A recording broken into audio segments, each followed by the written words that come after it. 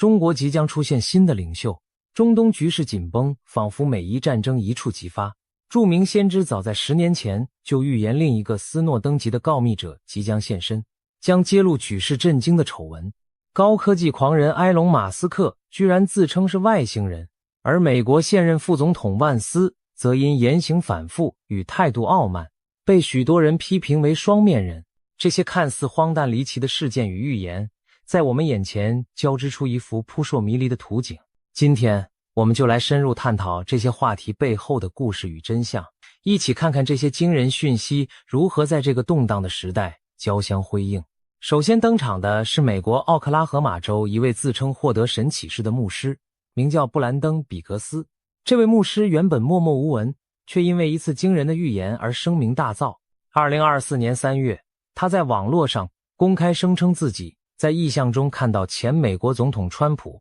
遭遇暗杀未遂，子弹擦过川普的右耳，震破了耳膜。令人毛骨悚然的是，仅仅几个月后，川普果然在宾州一场造势演说中遭人开枪袭击，子弹正如预言般掠过他的耳旁。这起事件轰动了媒体，让比格斯一夕之间成为网络热门话题人物。许多人开始好奇，他的预言真的是来自上帝的启示吗？比格斯坚称，他并非先知，只是一名守望者，将祷告中神示给他的画面如实分享出来。他的预言内容包罗万象，从美国政局到国际冲突，甚至包括经济和灾难。在川普遇刺事件的预言应验后，比格斯接连发布了一系列对未来数年的展望，其中最引人瞩目的一条，莫过于他声称，神对他说，中国即将出现新的领袖，这意味着什么呢？难道中国现任国家主席习近平会下台，或者中国将发生权力更迭吗？要知道，习近平自上任以来，稳固了个人权力，甚至修改宪法，开启了第3任期。在外界看来，他的权威空前强大，要在短期内出现新领导人似乎并不容易。然而，比格斯却笃定地暗示，习近平的统治时日可能正在倒数。有传言指出，习近平最近几年健康亮红灯，例如2024年曾盛传他中风一度失去对局势的控制。虽然这类传闻无从证实，但中国政坛内部的不稳迹象却真切存在。高层将领接连神秘消失或被拔除，军中出现大规模清洗。一些观察家认为，这反映出习对潜在政变的恐惧。值得一提的是，不仅西方的比格斯提出此类预兆，一些东亚传统预言和民间术数也释放出相似讯号。中国古老的预言奇书《推背图》据说在第46象影射一位手握弓箭的军中人物会对帝王构成威胁。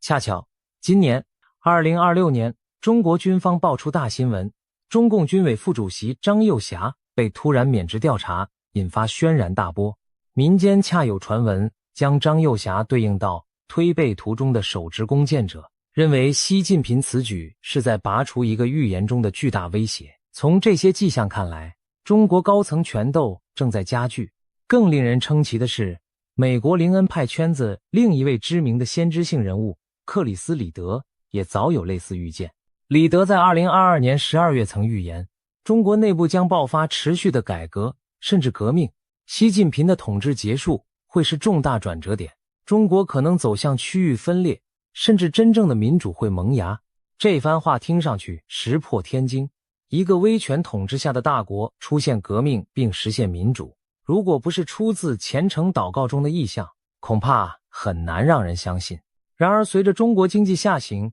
青年失业攀升，社会压力累积，再加上高压防疫和监控政策激起民怨，内部的不满情绪确实在酝酿。2022年底，中国各地爆发的白纸抗议运动就是明证。多年来难得一见的民间自发抗争，一度让政权感受到压力。综合以上情报，布兰登·比格斯新领袖将现中国的预言或许并非无的放矢。如果习近平因健康或权斗原因下台，中国可能由其他高层接班，那可能是现任总理或某个习近平培养的接班人，甚至可能是军方临时接管。在更戏剧性的剧本中，假如真有内部改革派势力崛起，中国未来的领导人走向开明路线甚至民主转型，也不是完全不可想象。当然，这些推测目前都只是基于预言的延伸联想。一个高度集权的政权是否会如此突然的转折，还需时间验证。我们不禁要问，比格斯口中的新领袖究竟会以何种方式登场？会是宫廷政变后的继任者，还是一场人民运动诞生的新政权？亦或只是他本人对局势的一种灵感解读？未来几年，中国政坛的发展将给出答案。除了东方的变局，比格斯也对中东局势发出了危险信号。他多次在讲道与影片中警告，美国和伊朗之间正走向一场无可避免的冲突。事实上，自从美国与伊朗在核问题上交恶，以及伊朗被指支持恐怖组织以来，两国剑拔弩张已久。但比格斯的预言更具体，他透露在2024年2月1日得到神的提醒，以色列可能会先发制人打击伊朗，此举将引爆中东的重大动乱。回顾最近的现实局势，这个预言并非空穴来风。2023年底，中东爆发了震惊全球的以色列哈马斯战争，战火让整个地区高度紧绷。以色列在战后更将矛头指向背后支援哈马斯的伊朗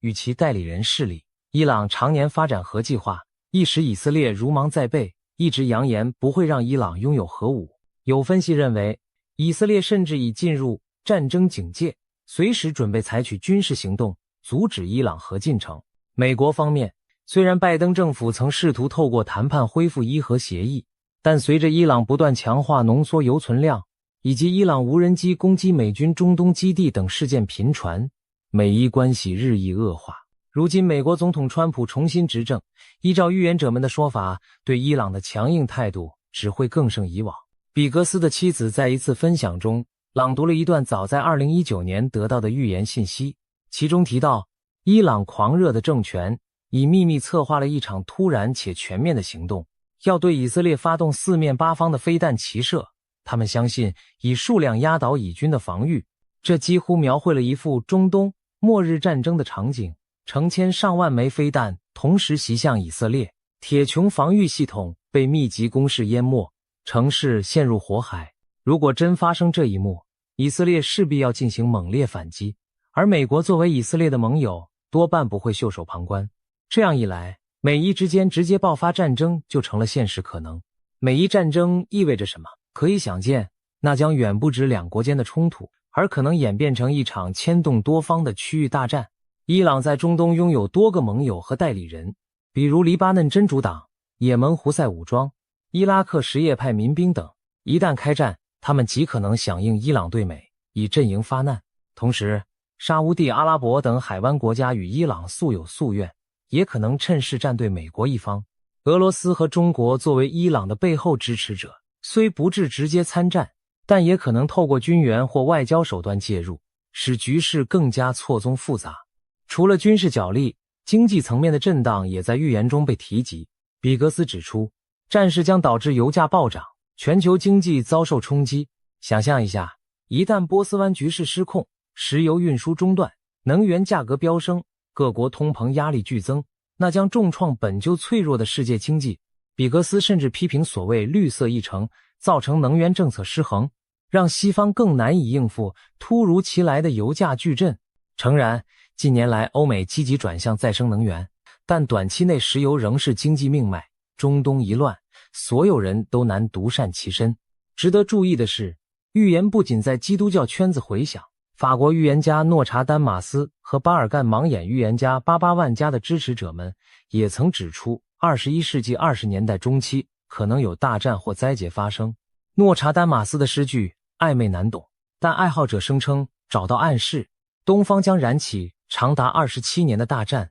等字句，而巴巴万加对2025年的断言更令人不寒而栗。他警告过那附近年份可能有毁灭性的大地震和灾难。虽然这些预言未必直接指向美伊战争，但他们共同营造出一种全球将迎巨变的氛围。如果我们冷静分析现状，美伊真正走向直接开战，或许还有所避免的空间。毕竟双方都清楚全面冲突的代价。然而，不容否认的是，擦枪走火的风险正在上升。2025年以来，美军与伊朗支持的民兵在中东的零星冲突已有增加。美国无人机在海湾上空被击落，美军基地遭袭等新闻不断。历史告诉我们，大战有时就是在一步步升级的报复中无可挽回的爆发的。当预言者们敲响警钟，我们也许该慎重对待。中东的火药库确实堆满干柴，只差那致命的火星。如果有朝一日新闻头条出现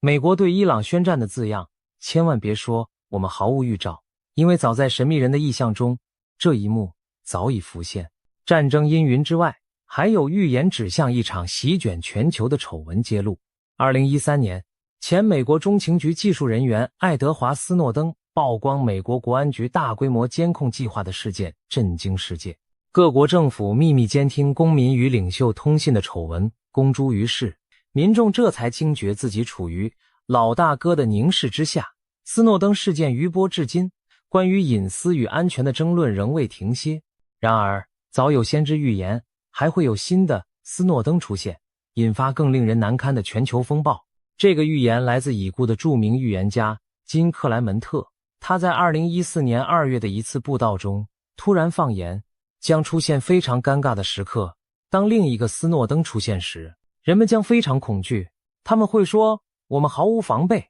但神说我使你们谦卑，还要更多的使你们谦卑，然后你们将听见大得胜的声音。克莱门特这段话信息量巨大，他预示新的告密者将带来高度尴尬的揭露，让普罗大众感到不安与害怕，仿佛发现原来信赖的保护伞形同虚设。然而，他也预告在经历羞辱和恐惧之后，最终将迎来某种胜利和复兴。什么样的爆料会让全世界陷入恐慌，觉得没有保障？我们不妨大胆猜想，如果新的斯诺登来自美国情报圈，他可能握有比 PRISM 泄密更惊人的秘密，例如国防漏洞、网络战计划，甚至关于外星人或不明飞行物的隐匿真相。试想，一旦某人公开证据显示各国政府隐瞒了对 UFO 的发现，或者承认早已和某些神秘力量接触，人们会不会惊呼我们根本不了解这个世界？又或者新的告密者来自金融领域，爆出全球银行体系的黑幕，政府与财团勾结操纵经济的内幕。如此一来，民众将对金钱和保障失去信心，社会动荡难免。克莱门特当年的预言还提到，他们将喊着要弹劾，却未能成事。有解读认为，这对应的是川普在任时2度遭弹劾但均未下台的史实。若那部分已应验，或许另一个斯诺登的出现正紧随其后，迫近我们的时代。有趣的是，时间来到2025年，舆论场上确实开始疯传一些惊人的爆料苗头，例如数位货币圈有人暗示将揭开政府机构操控加密市场的证据，也有退役官员放话掌握政府隐瞒 UFO 资讯的实锤。而社群媒体上关于所谓深层政府 Deep State 的阴谋论甚嚣尘上，许多人相信迟早会有内部人士挺身而出，把幕后黑手公之于众。此外，科技监控仍是大家关注的焦点。12年前，斯诺登揭露了美国对全球网络通信无孔不入的窃听。那么今日的新告密者可能揭发更先进的监控手段。随着人工智慧和大数据的发展，政府能轻易分析每个人的数位痕迹，预测行为模式。假如有人证明政府或跨国企业已经在进行前所未有的隐私入侵，例如直接透过智能手机和物联网设备全天候监视公民，社会将作何反应？无疑将引发新一轮我们毫无隐私、毫无防备的恐慌。当然，现在谈论这位新斯诺登会揭露何种丑闻仍是猜测，但克莱门特强调的是高度尴尬和被迫谦卑。或许丑闻的性质会是那种令执政者颜面扫地、百姓愤怒不已的惊天秘密。值得注意的是，他预言最终会有大得胜，似乎隐含正义得伸张，社会经过动荡后走向更新的希望。一如斯诺登引发全球对隐私权的重视，新一轮的揭露也许会逼迫各国进行改革，建立更透明诚实的体制。这一预言在2026年依然悬而未决，像一把高悬的达摩克利斯之剑。许多信徒与阴谋论爱好者密切关注着情报界和政坛的风吹草动，他们深信时机一到，神所拣选的吹哨者就会挺身出面，而我们其他人所能做的或许就是拭目以待。当那爆炸性新闻降临时，我们是否能承受真相的震撼并从中汲取教训，迎来社会的进步？正如克莱门特所言，预言并非要我们恐惧未知，而是提醒我们保持警醒，在巨变中寻求信心和光明。现在我们换个轻松却又耐人寻味的话题。世界首富之一，特斯拉和 SpaceX 的创办人埃隆·马斯克，他居然公开声称自己是外星人。这听起来像是玩笑，但它确实发生在2024年的一场国际科技论坛上。马斯克透过视讯连线接受访问，主持人半开玩笑地问他，很多人相信你其实是个外星人，你怎么看？只见马斯克先是哈哈大笑，随即一本正经地回答，我是外星人，我一直说我就是外星人，但没人相信。他甚至补充，如果外星人在我们中间，我大概会知道。现场观众一片哄笑，主持人也调侃，现在你的身份被揭穿了。马斯克摊手耸肩，似乎很无奈地表示，是啊，我一直告诉大家我是外星来的，可惜就是没人信啊。这番对话尽管带有玩笑性质，但马斯克自认外星人的梗从此不胫而走。一时间，网络上充斥着各种段子和阴谋论，有粉丝搞笑地说，早就怀疑了，不然他哪来那么多天马行空的创意？甚至还有人认真分析马斯克的举止神态，试图找出非人类的蛛丝马迹。其实，关于马斯克是外星人的传闻由来已久，毕竟这位硅谷钢铁人做了许多常人难以想象的事，创立火箭公司 SpaceX 挑战传统航太工业，计划殖民火星，开发 Neuralink 想要把脑机接口变成现实，打造全球卫星网络 Starlink 覆盖整个地球等等。这些壮举仿佛科幻小说情节，一般人一辈子能完成一项就不简单，而马斯克却同时在多条战线上推进。有人戏称他一定是从未来或外星来的，不然地球人哪有这脑洞和精力。马斯克本人也乐于在社群媒体上调侃这类话题，例如很早以前就有人在推特问他，你是外星人吗？他幽默地回复，地球需要我才来的，哈哈。还有一次他发推说，外星人如果在我们周围，我会第一个告诉大家。言下之意，他自诩跟外星智慧有不解之缘。当然，大多数人都把这些当成马斯克的怪才作风和宣传技巧，他深谙如何善用噱头来吸引公众眼球。这次在论坛上自称外星人，也成功为他和他的公司博得了版面。不过，在阴谋论世界里，马斯克的这句我是外星人可被当真了。有些阴谋论者相信，所谓的蜥蜴人统治集团认为许多世界领袖与富豪其实是外星爬行类生物伪装的。马斯克的言行在他们眼中就成了自曝身份的证据，他们甚至翻旧账，提出更疯狂的证据。例如，马斯克童年照片不多，学历背景神秘，他总能未卜先知科技走向，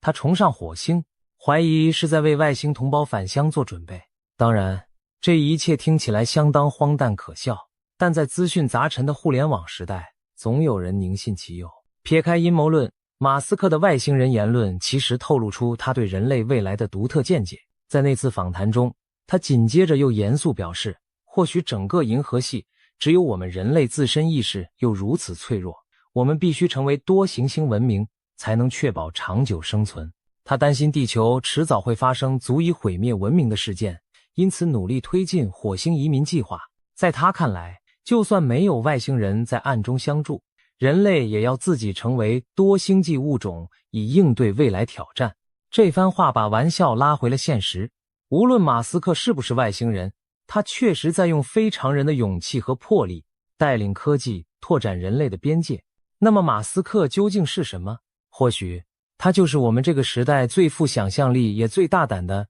地球人。他将自己调侃为外星人，也是对平庸现状的不屑一顾和对极致创新的向往。这一点恰恰与那些预言家的角色形成有趣对照，一个用科技手段塑造未来，一个用神秘意象预示未来。两者看似风马牛不相及，却都在提醒我们，未来无所不能。当马斯克一句玩笑引发全球讨论，我们不妨思考其中折射的人类渴望突破极限，探索未知，即便被戏称为外星人，也在所不惜。最后，我们把目光转向美国政坛的现实人物，美国副总统 J.D. 万斯。如果前面的寓言与戏谑带有几分超现实色彩，那万斯的故事则是实打实的人间剧码，而且颇具讽刺意味。J.D. 万斯原本以一本畅销回忆录《乡下人的悲歌》成名，书中讲述他出身美国乡村白人底层，奋斗逆袭进入精英阶层的经历，一度被奉为美国梦的缩影，草根英雄的代表。后来他投身政坛，在2022年当选俄亥俄州参议员。起初，万斯曾是川普的批评者，公开质疑过川普的品格。然而，为了竞选，他迅速转变立场，成为川普的铁杆支持者，最终在2024年总统大选中搭档川普，成功入主白宫，出任副总统。万斯的崛起可谓戏剧性十足，从乡野穷小子变身华府副总统，传媒起初对他寄予厚望，期待他能代表底层发声，弥合美国撕裂的阶级与族群鸿沟。然而，随着时间推移，越来越多人开始质疑这位昔日的平民英雄是否已变成另一个典型政客。他的言行让不少支持者感到失望。最大的争议发生在2025年4月，万斯接受美国福斯新闻访问时语出惊人，竟用轻蔑的语气称中国人为农民。当时谈及美中贸易问题，他抱怨全球化令美国负债累累，只为购买他国廉价商品，接着脱口而出。简而言之，就是借钱跟中国那些农民买他们做的东西。他连用了2次 peasant 一词，带着强烈的歧视意味。这段言论一经播出，立刻在国际上引发轩然大波，许多媒体和网友怒批万斯粗鄙无知、傲慢偏见。要知道 peasant 在英文里常含有贬义，暗指社会地位低下、没见过世面的乡巴佬。万斯身为副总统，竟公然使用这种字眼形容一整个国家的人民，难怪有人讥讽，都21世纪25年了，副总统还把中国人叫做农民，真令人难以置信。更有美国网民无脸表示，他的发言简直让美国人在全世界丢脸，甚至连知名媒体 BuzzFeed 都嘲讽道，如果有一件事是万斯每次都会做到的，那就是让美国人在国际场合出丑。万斯的失言不仅伤害了亚裔族群的感情，也暴露出他对现实的刻板认知。许多评论指出，他口中的中国农民早已不是几十年前那副模样。今日中国的高速铁路网、先进电动汽车、大城市摩天大楼，处处都在显示人民生活水平的飞跃提升。万斯却仍保持着冷战时代的傲慢心态，仿佛他印象中的中国还停留在贫困落后的年代。这种脱离现实的偏见言论，让人不禁质疑他的国际视野和外交智慧。更甚者，他的谈吐与姿态中流露出的优越感，正好印证了批评者对他的另一个指控：傲慢与两面。为何说万斯是双面人？回顾他的言行，不难发现端倪。在不同场合，他似乎戴着不同的面具。竞选之前，他曾公开痛斥川普道德败坏，可能成为美国的希特勒，语惊四座。但为了顺应保守派选民，他很快改口，摇身变成川普最忠诚的拥护者。有人调侃万斯是嗅觉灵敏的变色龙，哪边对自己有利就倒向哪边。进入白宫后，他表面上以平民代言人自居，声称没有忘本，私下却被传与华盛顿的权贵打成一片，对富豪金主们言听计从。这种前后不一的作风引发不少保守派铁粉的不满，觉得被他欺骗利用。同僚之中也有声音暗批他，当面一套，背后一套。更具体的例子发生在2025年底的一次外交场合，乌克兰总统泽连斯基访问华盛顿期间，与美方高层会谈时，气氛剑拔弩张。据传在椭圆形办公室内，万斯对泽连斯基的立场冷嘲热讽，引发对方不快。有旁人声称，泽连斯基在交谈中一时激动，用自己的语言骂了一句粗话，骂万斯是两面人。虽然这只是传闻，无从考证，但结合万斯近期的一系列表现，傲慢与两面似乎正成为他的标签。令人唏嘘的是，万斯曾被视为能跨越鸿沟的新生代政治明星，现在却因为言行失当和立场摇摆，毁掉了形象。他的故事仿佛在昭示一个政治铁律，进入权力核心的人，往往容易被权力改变初心。当年那个立志改善乡民生活的憨厚年轻人，如今成了一位让盟友嫌恶、让选民失望的高官。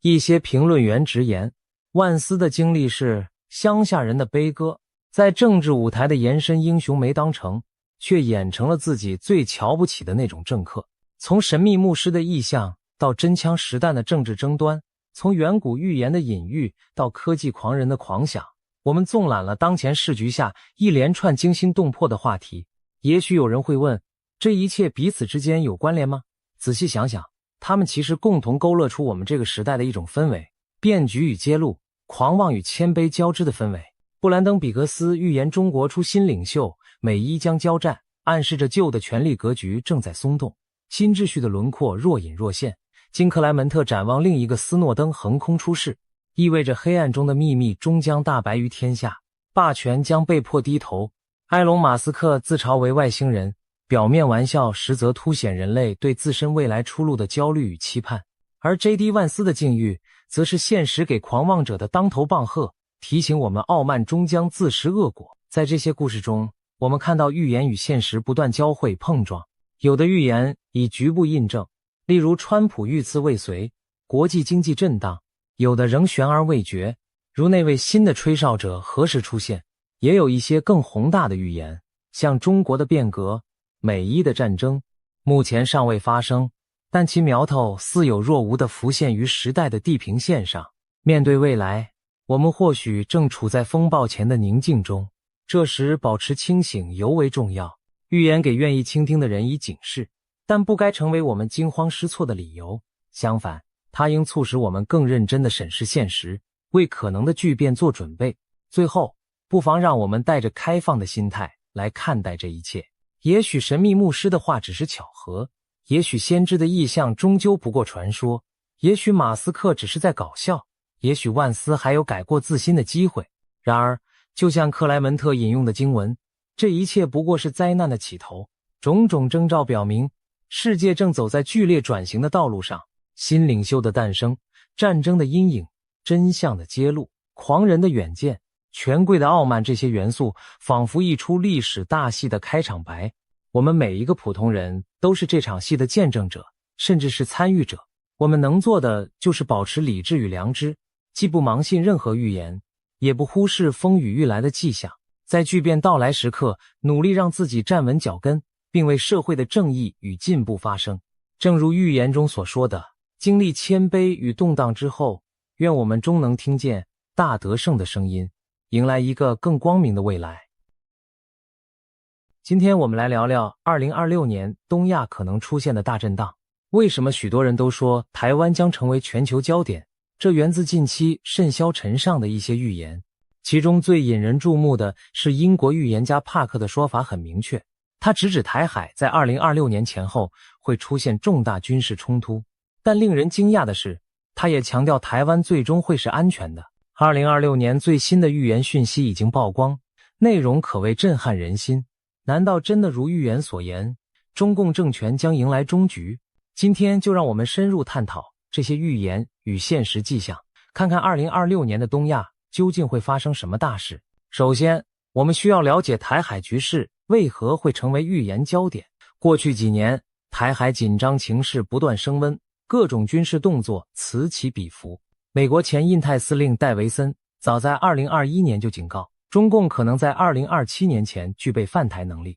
而2025年更被不少军事专家点名为风险高点。有人担心中共可能会在那一年伺机动武。然而，真正让台湾成为全球焦点的是地缘政治格局的巨变。俄乌战争爆发后，国际社会更加关注台海。一旦台海有事，不仅决定两岸命运，更将深刻影响21世纪的国际秩序。正因此，各种预测和传言都围绕着未来几年台海是否爆发战端，而帕克的预言正是众多声音中分外引人瞩目的一个。帕克何许人也？他是一位英国的知名通灵预言家，据称过去曾精准预测川普当选美国总统、新冠疫情全球大流行等事件，因此被一些媒体称为心神鬼先知。当然，预言这种事情从来都饱受争议，但帕克的言论仍然吸引了许多人注意，尤其当他谈到东亚和中国时，他的描述细致而惊人。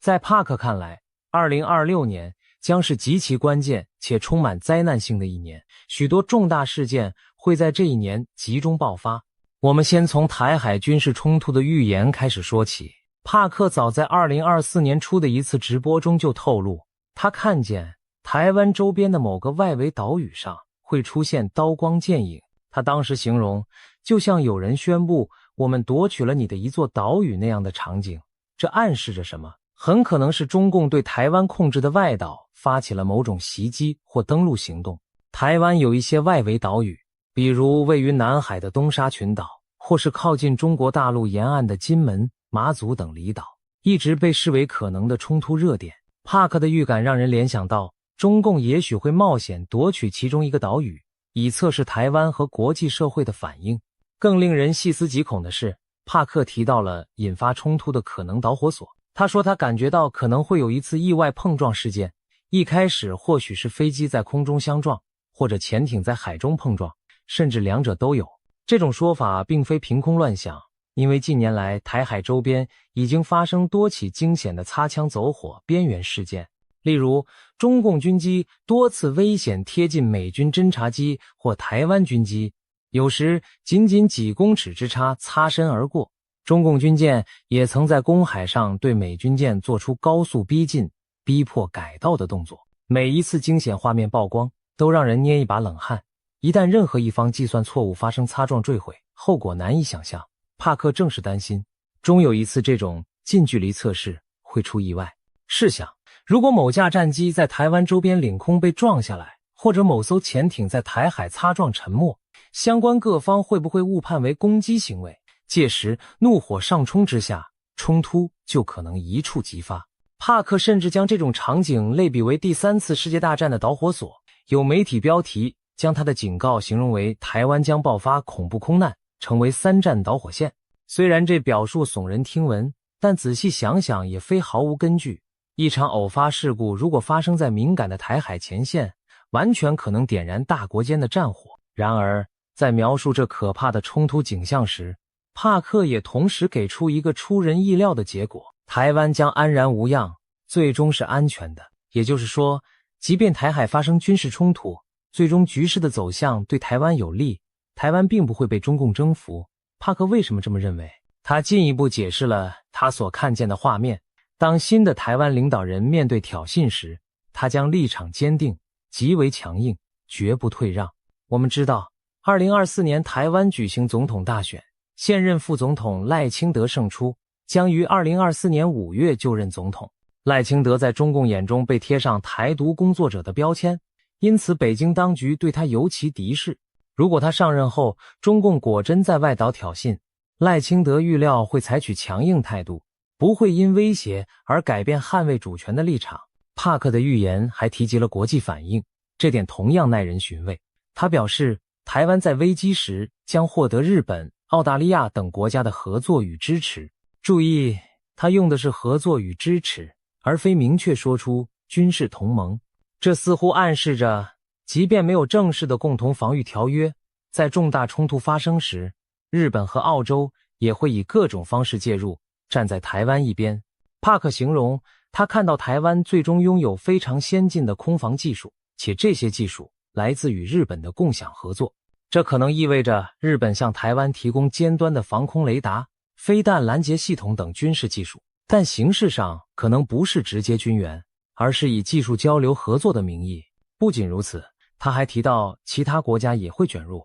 特别是澳大利亚。他看到澳洲在该地区派遣了军舰，这一幕让人仿佛置身未来的战场。美日澳等印太盟友组成防线，共同阻止中共武力改变现状。帕克甚至对时间节点也做出推测，他觉得这种局面可能会在2024年前后开始发生。当然，2024年已经过去，台海虽然风高浪急，但尚未爆发战事。如果往后推算，2025年、2026年依然是危机潜伏的高峰期。事实上，美军将领和智库也多次推演过相似情境。例如，有说法认为2025年中共可能突袭东沙岛，或者2026年在台海挑起有限冲突，以测试美国的决心。这和帕克的预言不谋而合。尤其值得注意的是帕克对国际领导力的看法。他直言，当前自由民主世界缺乏强有力的领袖，他几乎数不出几个能让人真正信任，并有勇气带领世界走出困境或与强硬对手谈判斡旋的西方领导人。这番话或许是在影射当时美国政府和其他西方国家的现任领导者。在帕克看来，美国现任政府对中共威胁的认识不够深，或者假装看不见。相较之下，日本和澳洲反而有更强的警觉心。美国长期奉行对台湾的战略模糊政策，态度有时摇摆不定，但是日本却清楚地认知到，台湾有事就是日本有事。澳洲也明白，第一岛链一旦失守，自身难保，所以帕克才会预见日本和澳洲将更加积极地参与防卫台湾。这番分析其实和现实趋势颇为契合。日本近年大幅增加国防预算，部署长程飞弹，防卫离岛，调整安保政策，为台海紧急事态做准备。澳大利亚则与美英组成 AUKUS 联盟，要取得核动力潜艇技术，并计划增购美国高超音速武器，显示出防范中共扩张的决心。澳洲战略界有人警告，战争可能在3年内到来，将当初官方预估的10年内无战事大幅提前。原因很简单，澳洲人切身感受过中共的经济胁迫与渗透，早已心生警惕。他们担心美国未必可靠，所以必须和志同道合的亚洲伙伴加强合作。帕克预言中，日本和澳洲一道出手保卫台湾的场景，正是这种国际现实心态的反应。如果台海本来只是两岸冲突，一旦演变成多国介入，那确实会上升为亚太乃至全球焦点。试想一下，若日本提供技术，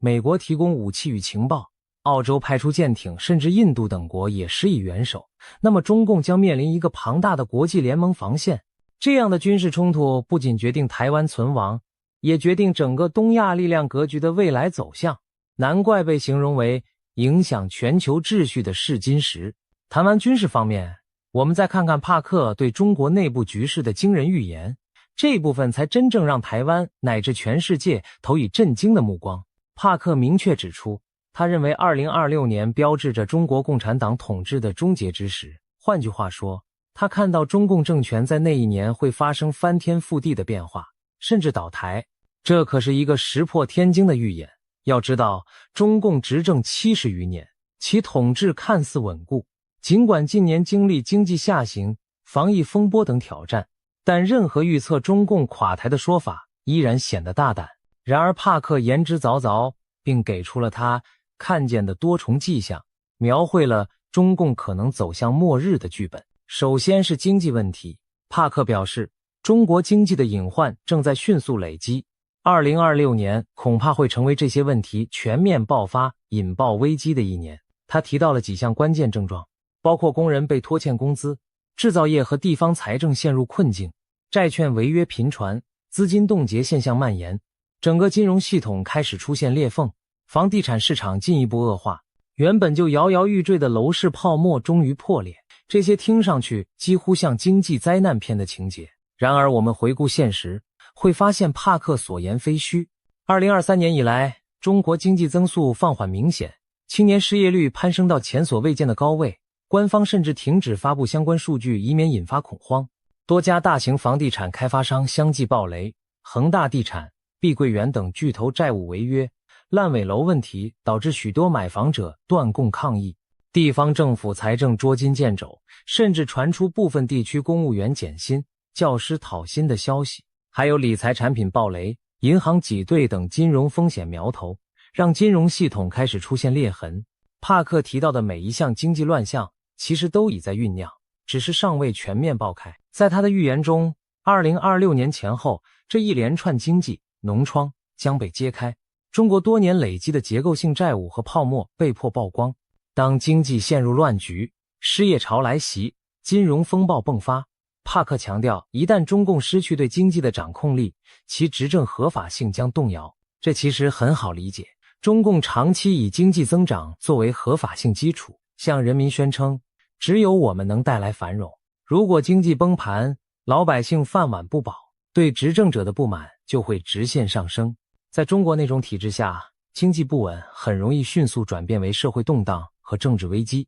帕克紧接着预见，中共的政治环境也会在2026年发生巨变，他甚至用了翻天覆地一词。暗示变化之大超乎想象。他明确表示自己认为2026年就是中共终结之时。他具体提到了几个让人瞠目的细节。首先，中共常年在全球布局的影响力网络会在这一年陆续被曝光。帕克举例说，可能指的是英国方面近期揭露出多起中共渗透政界的丑闻。未来我们将看到更多跨国丑闻被揭露，涉及中共以金钱收买政治人物、渗透西方大学体系等等。他甚至提到西方社会中流行的某些觉醒运动，也就是所谓的政治正确议程，背后可能夹杂着来自中国与俄罗斯的资金在推波助澜，目的在于削弱西方社会的凝聚力。这些指控听起来像惊悚小说，但事实上西方情报和媒体近年也揭露了许多中共对外渗透的细节，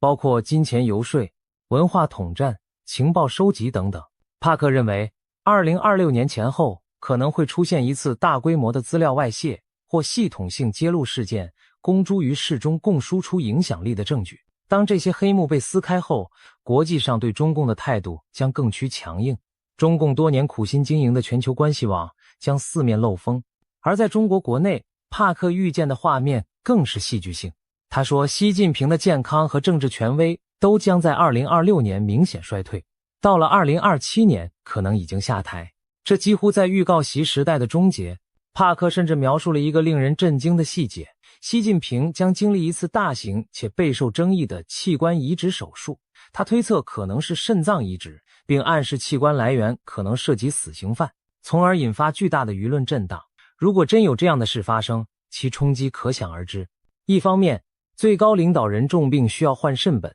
就足以引发权力真空的恐慌；另一方面，非法器官来源的丑闻将成为政治核弹，彻底击毁中共自诩的伪光正形象。值得一提的是，坊间确实长期有习近平健康不佳的传闻，有时他露面走路姿势异样，或久未公开现身，都引发外界猜测。如果帕克所言成真，那意味着习近平可能已无法稳坐权力宝座。更惊险的还在后头，帕克预言，同一时期，中国将有一名军方或安全系统的高层人物突然失踪，随后被宣布在诡异情况下死亡。外界将普遍猜测这是一次未遂政变的结果，也就是说，那名高官可能企图发动政变但失败，被清除。这个情节可谓高潮迭起，仿佛政坛惊悚片。然而在对照现实，我们发现中共高层内斗的迹象早已存在。2023年就发生过几桩离奇的人事事件，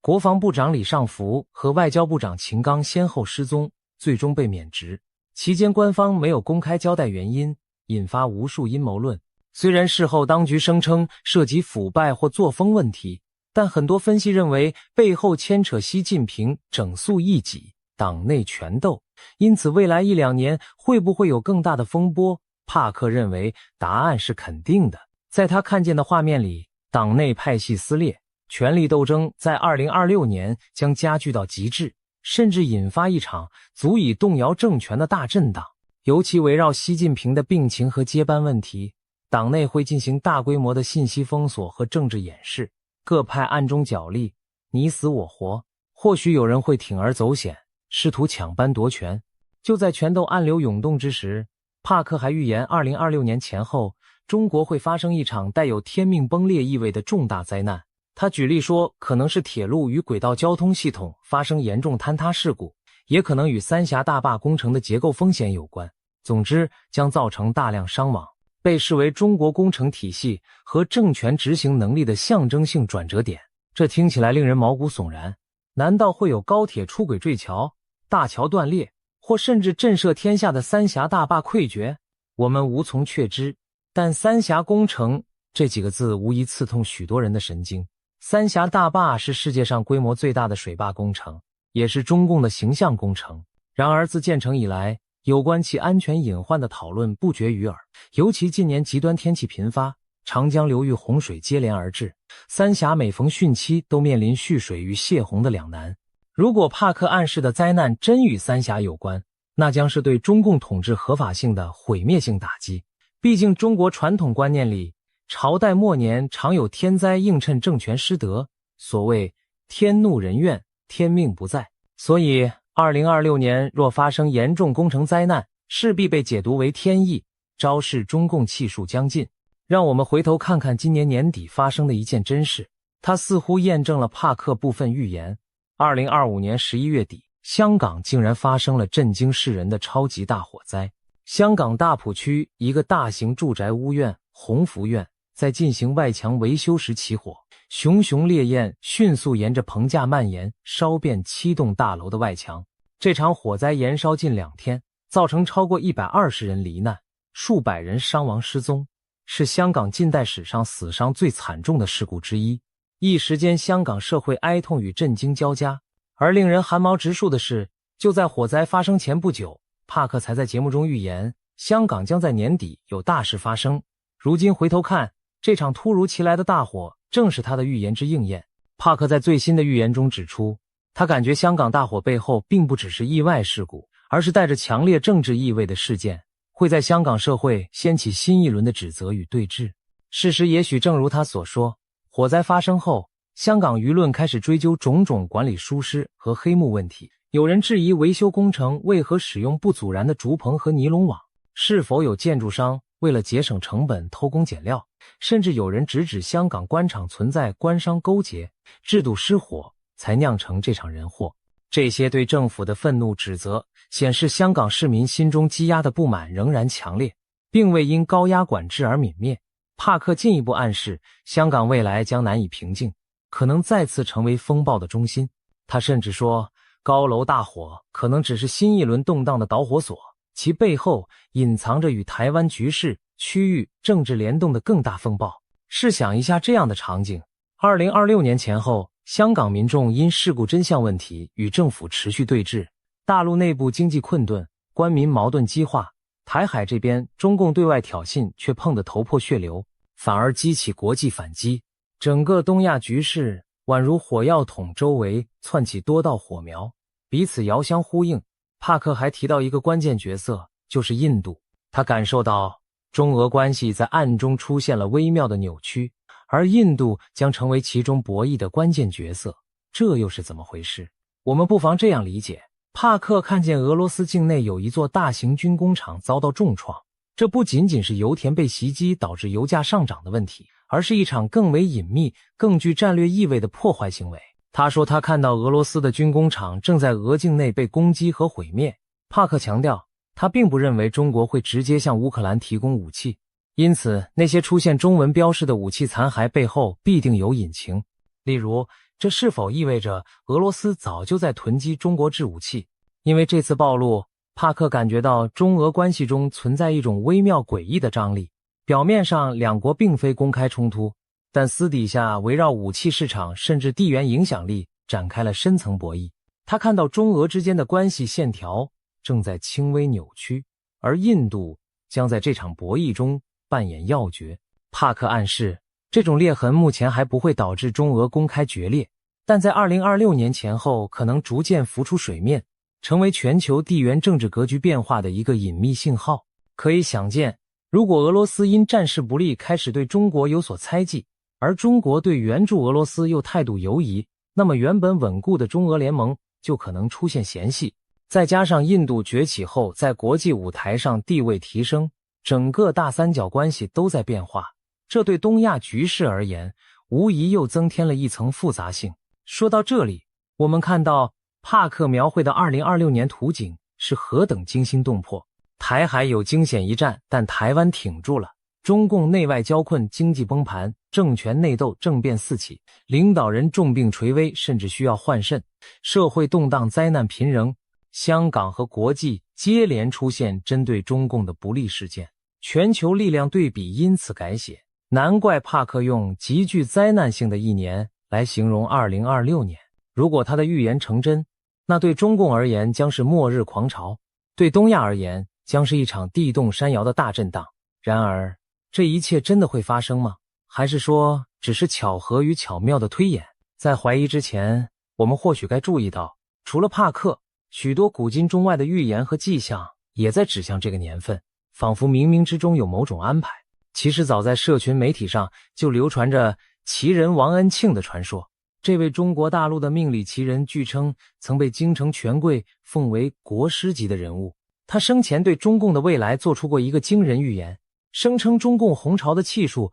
只有5位最高领导人，将亡于一个丙火年。怎么解释呢？他指中共国旗上的5颗星星代表了中共5代党魁，分别是毛泽东、邓小平、江泽民、胡锦涛、习近平，没有第6颗星，因为第5代党魁就是掘墓人。习近平作为第5任中共最高领导人，将亲手把共产党送进坟墓。而下一个丙火年正是2026年，2026年是丙午年，5行属火，5为马，所以也称为赤马年。令人毛骨悚然的是，这个说法和帕克的预言时间不谋而合。2026年，中共建政77年，自1949年建政起算刚到终点。习近平此时满73岁，虚岁74岁。所谓73、84，阎王不请自己去。中国民间一直有这种说法，觉得人到了73或84岁是个生死关口。虽说这只是迷信巧合，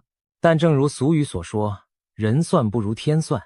更有趣的是，还有不少流传在民间的隐晦预言同样指向2026年前后，好似众星拱月般交汇于此。一部在民间秘传的奇书《铁板图》，最后一幅画面就耐人寻味。山谷间有4只黑鸟飞过去了，唯独第5只白色羽毛的鸟半途撞山而亡，鲜血淋漓。旁边还写着一行小字：白羽毛鸟儿撞死在山这边。许多人根据这句话解读，白羽毛的鸟指的就是繁体字习，因为习字上半部像羽毛，暗示习近平最终会折翼半山，飞不过彼岸。民间还有一句玄妙的老话：画江湖，实难逃。据说画指华国锋，因为华语画同音，江指江泽民，胡指胡锦涛，实在某些方言里读作西，实难逃就是说到了习近平这里，中共政权很难逃脱完结的命运。还曾流传过一个离奇的临终遗言故事，有位60多岁的老人，其母亲在文革前去世前经常在家念叨一些奇怪的话：猪死了要刮毛，刮了毛滑溜溜的；炖肉要加水，水开了要沸，最后要熄火。随着年龄增长，他陆续明白了这些话的意思。猪指朱德之死，刮毛指毛泽东去世，滑溜溜指华国锋下台，炖肉要加水里的炖字的读音接近邓小平的邓，水象征江泽民，沸的发音复近似胡锦涛的胡，最后熄火则暗指习近平。整串隐喻把中共历任领导依次点到，结局便是熄火，熄的时代大火也熄灭，中共终结。另外2002年在中国贵州平塘县长布乡发现了一块震撼世界的藏字石，那是一块天然断裂的巨石，剖面上赫然刻着中国共产党亡6个大字。据中共官方调查，这些字都是天然形成，没有任何人工雕刻的痕迹。经专家鉴定，这块藏字石距今已有约2亿7千万年历史。上天似乎早已对中共的命运下了判词，中国共产党在劫难逃。有高人从天象角度解析，认为中共的国运应该是77年，到2026年结束，前后误差不超过1年，也就是说，中共有可能在2025或2026年灭亡。当然，预言终究是预言，未到尘埃落定之时，谁也无法笃定结果。或许帕克的某些细节会有偏差，毕竟未来瞬息万变，而且中共政权看似庞大强势，怎可能说垮就垮？这也是许多理性人士质疑之处。然而历史告诉我们，大帝国的崩溃往往就在顷刻之间。苏联解体前夕，又有几人能料到红色巨人会在一夜之间分崩离析？而现在，中共正面临类似的内外交困，经济荣景不再，社会矛盾暗伏，高层斗争加剧，国际围堵渐强。如果再遇上战事失利或天灾降临，集权体制内部一旦失控，崩盘速度可能远超想象。一位预言家提供的是他灵视中的图景，也许夹杂主观解读，但却给我们换了一种思考现实的角度。还有一个来自灵性领域的预言值得一提，在帕克之外，另一位名叫布兰登的预言师也谈到了中国的未来。他在节目中提到，似乎看到中国将经历一场大规模的精神复兴，宗教信仰和精神力量会从长期的压制中慢慢苏醒，由弱转强。那种照在人们心头，不让大家有信仰，也不让大家看清真相的铁幕将被打破，人们将开始苏醒。换更直白的说法，它指的很可能是中国长期的无神论框架将被松动甚至瓦解，人心上的枷锁会被彻底解除。一对照其实不难发现，两位预言家的信息在某种程度上互相印证，大震荡之年也可能就是大复兴之年。想象一下那样的图景，2026年东亚风云突变，中共统治崩解，在短暂的混乱过后，中国社会挣脱思想枷锁，人们重新寻找信仰和价值观，长久被压抑的良知与传统回归人心，新的政治社会秩序开始萌芽。对世界而言，这将是一场巨大的巨变。一个10几亿人口的大国改朝换代，影响之深远，可比肩1991年苏联解体，甚至犹有过之。届时东亚的政治版图将被重绘，国际格局也将进入新的篇章。而台湾作为这场历史巨浪中的关键一环，将何去何从？从所有预言迹象来看，台湾反而可能在大震荡中稳如磐石，甚至成为带领华人世界走向新纪元的灯塔。台湾多年来坚持民主与自由，经受住了外交孤立和军事威胁的考验。如果中共倒台，那些压在台湾头上的战争阴云将瞬间消散，台湾不再需要天天提心吊胆，防备飞弹与军舰的威胁。而台湾作为成功的民主范本，或许会在中国巨变后发挥更大的作用。可以想见，国际社会将更加重视台湾的战略价值，因为台湾的存在证明了华人社会完全可以在民主制度下繁荣稳定。一旦中国政权更替，台湾可能成为协助大陆重建秩序、提供经验的榜样和桥梁。当然，短期内难免有难民潮、安全外溢等挑战，但长远看，那将是两岸关系和平新生的契机。总而言之，2026年在各种预言中被赋予了浓重的一笔。东亚大震荡，台湾成全球焦点，似乎命中注定要在那一年上演。帕克的预言将信将疑，但他所描绘的脉络，其实我们已隐约看见开端。经济泡沫幻灭的征兆，政治压力锅的喷发，军事对峙的白热化，都在一步步逼近临界点。或许最终的剧情不会与预言者描述的每一细节都吻合，但如果我们静心观察时局，就能发现历史的巨轮确实在向着某个转折点滚动。当那一刻来临时，恐怕世人无不将目光投向台湾海峡，投向北京，投向整个东亚。那将是见证新旧时代交替的历史瞬间。希望届时我们都能平安度过乱局，迎接一个更和平、更自由的新时代。正如古人所云，沉舟侧畔千帆过，病树前头万木春。或许2026年的惊涛骇浪之后，东亚会迎来转机，迎来令人欣慰的春天。到底预言是否灵验，最终还是要由历史给出答案。而身为这个时代的亲历者，我们所能做的就是保持清醒，审慎以对，既不盲信危言，也不掉以轻心。当风暴真的来临时，唯有坚守普世价值和人性良知，才能让我们在巨变中立于不败之地。让我们拭目以待，迎接2026年可能到来的巨大考验与契机。今天我们来聊聊2026年可能发生的那些惊世预言。这些预言来自一位被誉为国际灵媒的女士，名叫朱迪，常年活跃于洛杉矶，拥有通灵和占星背景。她的直觉异常敏锐，累积了25年超自然领域的经验，许多知名人士都是她的客户。近年来，由于一系列惊人的预测成真，朱迪声名大噪。比方说，早在2022年之前，朱迪就预言了俄罗斯会发动战争，结果2022年俄军果然入侵乌克兰，验证了他的先见。朱迪还提前预见了英国女王的离世，当年9月，英女王果然驾崩。此外，他成功预测美国前总统川普将在2024年卷土重来竞选总统。随后川普的确宣布参选，他甚至指出中国最高领导人习近平会在中共20大上顺利连任，这也如期发生。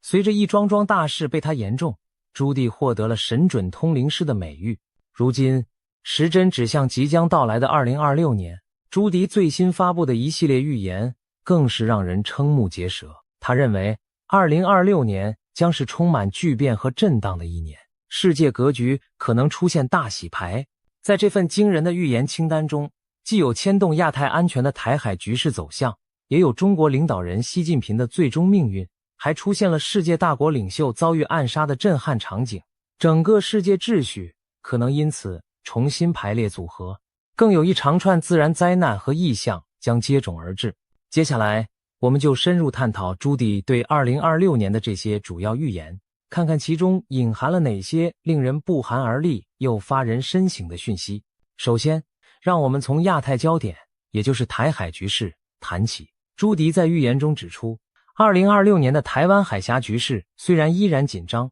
却未必会爆发全面冲突。多年来，台湾海峡一直是国际间最敏感的热点之一，中共军力不断扩张，解放军的战机与军舰频繁在台海周边演习骚扰，时刻测试着台湾的防御底线。事实上，2024年底，台湾将完成新一轮总统大选，民进党候选人赖清德预期将接任总统，而朱迪也曾精准预测了这一结果。新领导人的上任对两岸关系是新的变数，北京可能试图在台湾政权交替之初透过军事高压来下马威，因此2026年初解放军的恫吓行动恐怕更为频繁。然而朱迪的预知画面显示，至少在2026年，台海不会出现大规模战争。中共将在2026年持续加强对台湾周边海空域的巡逻和军事存在，解放军的战机与舰艇甚至会更加频繁地在台湾附近演习，对台湾形成长期高压的态势。但这种咄咄逼人的武力示威最终将点到为止，并未跨越真正开战的红线，让人不禁联想到1996年的台海飞弹危机。当年解放军以飞弹试射恫吓台湾，但在美国2艘航空母舰巡弋介入后，中共适可而止。朱迪的预言似乎暗示2026年的紧张局势将重演类似剧本，中国展示武力但收敛于临界点，美国则以强硬表态维持现状。尤其在朱迪的画面中，美国的动向对局势走向举足轻重。他预见一个特殊的背景，即2026年美国将由川普重新执政，这意味着美国对中国的态度会强硬但务实。川普政府划下清晰红线，不允许北京武力侵犯台湾，甚至传出川普本人可能在2026年4月访问中国，与习近平会面，期间双方达成某种默契或协议，使得北京在川普任内不至于对台动武。朱迪认为，只要美中之间保持一定程度的沟通与交易，北京就会暂时收敛，在台湾问题上避免直接触发与美国的全面冲突。换言之，2026年的台海局势虽然持续紧绷，军事挑衅此起彼伏，但真正大战一触即发的危机将被国际力量所遏制。然而，这种不战不和的局面对台湾而言仍充满压力与挑战。朱迪提到，北京在经济和外交上也会对台湾加大打压力度，比如透过贸易制裁、阻挠台湾参与国际组织等手段来孤立台湾。不过他强调，这些手段对台湾核心产业的影响相当有限，特别是台湾最关键的晶片半导体产业，尽管面临来自大陆的掣肘，预计仍将正常运转，继续在全球科技供应链中扮演不可或缺的角色。换句话说，中国对台湾施加的经济与科技限制无法真正摧毁台湾的产业优势，台湾经济仍将保持韧性。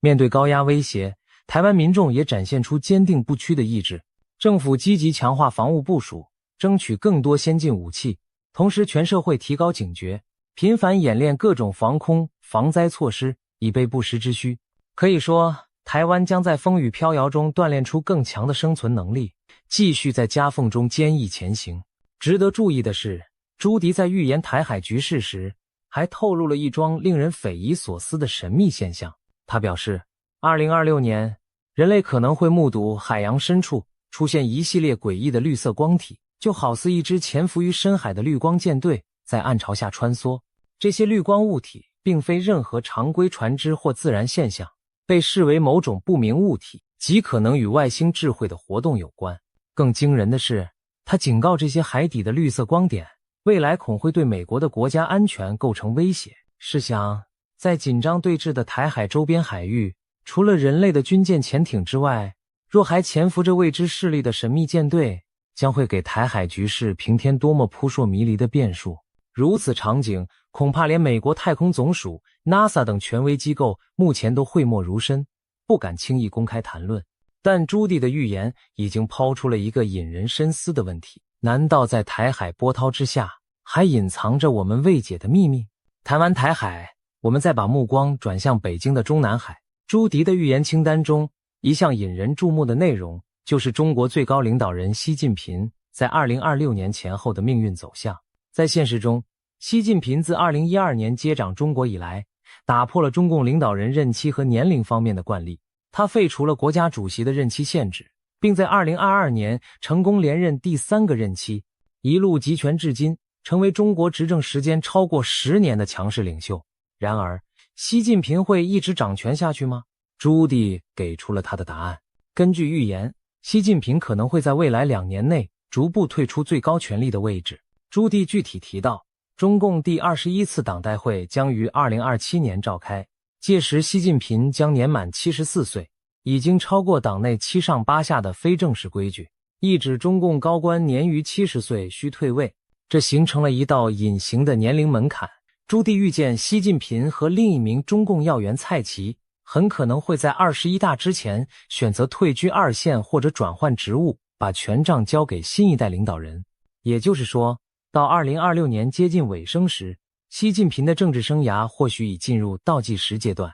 那么谁可能接班呢？预言中浮现了一个名字，就是尹洪。尹洪现任地方大员，曾主政上海市委，被视为习近平信任的中生代之一。在朱棣的远见里，尹洪有望在未来跃升为中共最高领袖的人选之一。此外，一个备受关注的名字也出现在朱棣的预言中，这个名字就是胡海峰。胡海峰是前国家主席胡锦涛之子，目前担任地方官职。朱棣暗示，胡海峰将来有可能获得更高的政治地位，成为中共权力舞台上一支不可忽视的力量。如果这些预言成真，中共内部将上演一场新老权力的交接，延续10多年的习近平时代也将告一段落。要知道，习近平在位期间大力反腐，清洗政敌，修改宪法集权，确立了他在体制内的绝对核心地位，如今却可能因年龄和内斗压力不得不放权。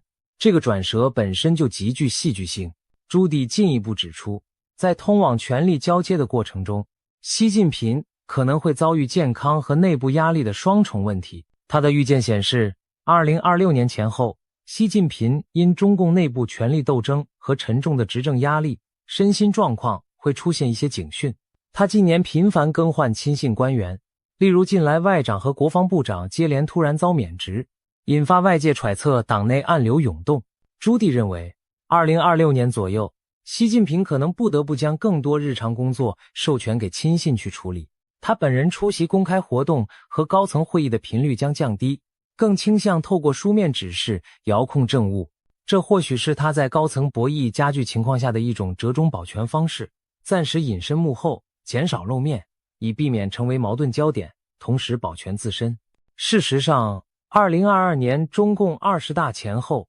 国内外就曾盛传习近平健康不佳乃至发生政变的谣言，虽被证实是虚惊，但也反映出他处境的敏感。如今朱棣预见的这种高处不胜寒的迹象，更让人感到，哪怕权倾一时的强人，终究也有功成身退的一天。如果朱棣的预言可靠，那么2026年对中国政坛而言将是历史性的一年。一方面是习近平统治篇章的落幕，另一方面是新势力的崛起。试想，习近平这位自21世纪第2个10年以来中国最具权势和影响力的人物，可能在短短2年内慢慢淡出权力核心，这对中国乃至全球政局的意义都将非常深远。届时，北京高层的每一丝动向都将牵动各方神经，谁将接班，政策路线会出现什么变化，中国社会将如何适应后习时代，这些问题目前都笼罩在未知之中。但朱棣的远见至少提供了一种可能，习近平的结局也许不是遭政变推翻或意外身亡，而是随着年岁渐长和党内压力增大而有序淡出，把位子让给继任者。如果这种相对平稳的过渡能够实现，对中国而言或许是一种幸运，意味着权力交替将在体制内完成，而不以剧烈动荡的方式上演。无论如何，2026年的中南海风云注定不会平静，全世界也将密切注视这个东方大国最高领袖的未来走向。除了国家间的博弈和领导人的兴衰沉浮，朱迪的预言中还出现了一幕令人震惊的场景：一位举足轻重的世界大国领袖将在2026年遭遇暗杀袭击。这则预言无疑让人倒抽一口冷气。历史上，刺杀国家元首或政府首脑的事件虽然罕见，但每一起都对国际局势产生巨大冲击。若真有大国领袖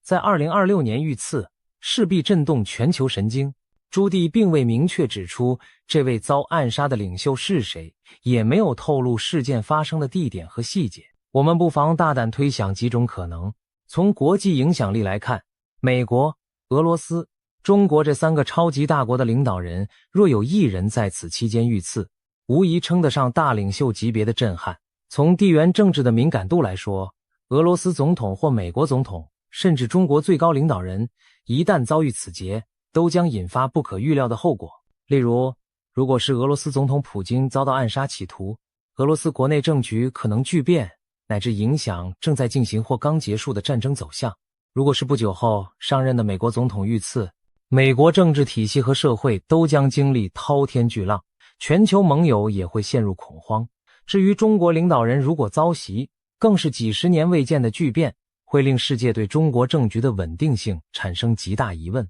当然，也不能排除其他地区的重要领袖成为目标，像某欧洲强国的总理或中东地区的君主。无论是哪种情况，朱棣的预言都提醒我们，2026年世界可能面临一起震撼性的政治事件，一个位高权重的领袖人物将命悬一线，生死未卜。试想，当这样的暗杀事件发生时，国际社会会出现何等连锁反应？全球媒体将铺天盖地速报和分析，引发各国市场动荡，人心惶惶。同时，各国政府会进入紧急状态，加强对要员的安保，防止类似事件蔓延。那些与遇袭领袖关系密切的国家或阵营，可能会一时群龙无首，政策出现真空甚至误判。在被暗杀者所在的国内，更可能爆发激烈的政治角力。继任者是谁？有人会否趁机夺权？国家的政策路线会不会急转直下？如果该国本身正处于战争或冲突中，领袖遇袭更可能导致局势失控，比如军方强硬派可能发起报复性的极端行动。朱迪的预言让我们回想起1991年的一幕，当时苏联国防部长等强硬派发动政变，软禁了总统戈巴契夫，引发莫斯科紧张对峙。而在苏联解体前夕，时任俄罗斯总统的叶利钦甚至担心自己会遭暗杀，以致随身携带手枪防身。这些历史片段提醒我们，当一国最高领导人面临生死危机时，往往是整个国家甚至世界局势最动荡凶险的时刻。2026年若真如朱迪所示，上演这样惊心动魄的一幕，世界将重现现代史上罕见的巨变时刻。顺便一提，近年来小国也发生过此类剧情。2021年，海地总统莫伊兹在官邸遇刺身亡，导致国家陷入长期混乱。可见，哪怕是中小国家的领导人被暗杀，都足以造成巨大动荡，更何况是超级强权的首脑。有人或许认为这预言过于惊悚，不太可能成真，但别忘了，朱棣在此前的预测中曾准确指出2025年会出现对川普总统的人身威胁，而2025年初，川普在一次竞选活动中的确曾遇到安全警报，可见他并非凭空危言耸听。尽管我们无法确知细节，但朱迪的远见等于给世界提了个醒。明年的国际舞台上，不仅会有宏大的地缘政治较量，也可能上演惊险的个人命运戏码。一颗子弹或一场爆炸，就可能改写历史进程。在这充满不确定性的预言背后，人们也许会更深刻地体会到和平与安全的脆弱。哪怕站在权力巅峰的领袖，他的生命也可能瞬息之间受到威胁。2026年，我们或将见证一次现代史罕见的巨变，一位世界强权的领袖命悬一线，其后续影响将如多米诺骨牌般波及全球。当一位大国领袖遇刺，东方强人即将交棒之际，朱迪预言的2026年还隐含着更宏观的变局，世界秩序将面临一次大洗牌。这场大洗牌涉及国际权力格局和盟友关系的重大重组，以及几场决定未来走向的地缘政治事件。2026年被他形容为一个历史转折点，人类社会可能要重置某些旧有的秩序和规则。首先，在美国及其主导的西方阵营这一边，朱迪的预见极具戏剧性。他认为唐纳德·川普将再次担任美国总统，并在国内外推动一系列颠覆既有政策的举措。预言中，川普展现出强势的领导风格，他上任后迅速整合了共和党，在国会推动政府改革，也频繁举办造势集会，以巩固基本盘。同时，他对内专注提振美国经济和军事实力，例如大力发展人工智慧技术，重振制造业和能源产业，扩张国防开支等，全面提升美国的实力。对外方面，川普则挥舞起他擅长的交易艺术，在全球各地奔走，试图重建美国的全球影响力，扮演交易式外交的仲裁者角色，而不再只是依靠传统盟友架构来维持霸权。尤其值得关注的是，朱迪预期川普在2026年将促成几件关键的国际大事。一是为俄乌战争带来外交解决方案。朱迪预见，美国在川普主导下可能出面斡旋俄罗斯与乌克兰达成某种和解，例如冻结战线、俄军部分撤出占领区等，终结这场拖累欧洲的流血冲突，为自2022年以来的这场战争画下句点。如果成真，这将是欧洲近年最大的转折点之一。战火平息后，乌克兰将加速融入欧洲体系，甚至朝加入欧盟的方向迈进，而俄罗斯也不得不收缩拳头，调整战略。二是中东局势的重大重组。预言提到，以色列总理内塔尼亚胡可能因国内对其交换人质的不满而提前在2026年6月举行选举，但由于缺乏有力的反对派，他预计仍将胜出再任总理。此外，更大的消息是，川普政府可能在背后推动以巴双方走向和谈，给长期动荡的加萨地带带来重建的曙光。如果巴勒斯坦自治政府领导人阿巴斯因年迈卸任，预言称其副手侯赛因·谢赫将暂代领袖，直到举行新选举，这暗示巴勒斯坦政坛也将出现权力过渡。同时，叙利亚由伊朗撑腰的阿萨德政权可能倒台，改变中东的力量版图。美国将强化与土耳其、沙乌地、阿拉伯、卡达、阿联酋等国的联系，以巩固中东的新格局。可以想见，如果美国真能主导结束一场欧洲战争并重塑中东和平，那么其全球领导地位将大为提升，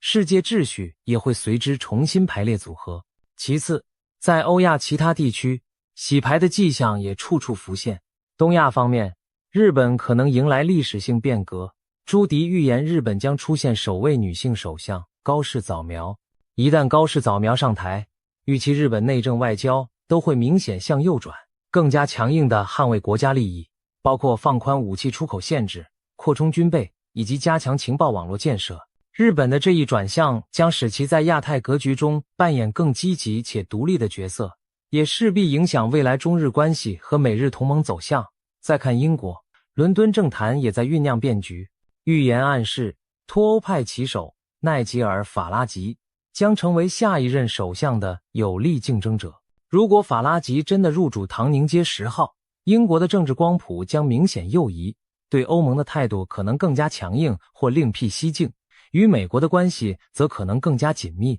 欧洲大陆方面，法国总统马克宏被预言在推动2026年预算时遭遇执政危机，可能被迫解散国会提前选举，为法国政局投下不确定性阴影，也可能动摇外界对欧元区经济的信心。意大利和日本类似，经济增长预测低迷，不足 1%， 显示传统强国在新秩序下面临的压力。相反地，印度正崛起为全球第4大经济体，已超越日本。在安达曼海发现的大型油田将大幅增进其能源自给能力。同时，印度积极发展半导体和人工智慧产业，并透过强有力的政府举措扶植高科技，与美国的双边贸易额节节攀升，预计在2026年达到3000亿美元规模。在新的世界秩序中，印度正成为一支无法忽视的力量，在经济和科技上与中美分庭抗礼。除了超级强国之外，一些区域国家的政局变化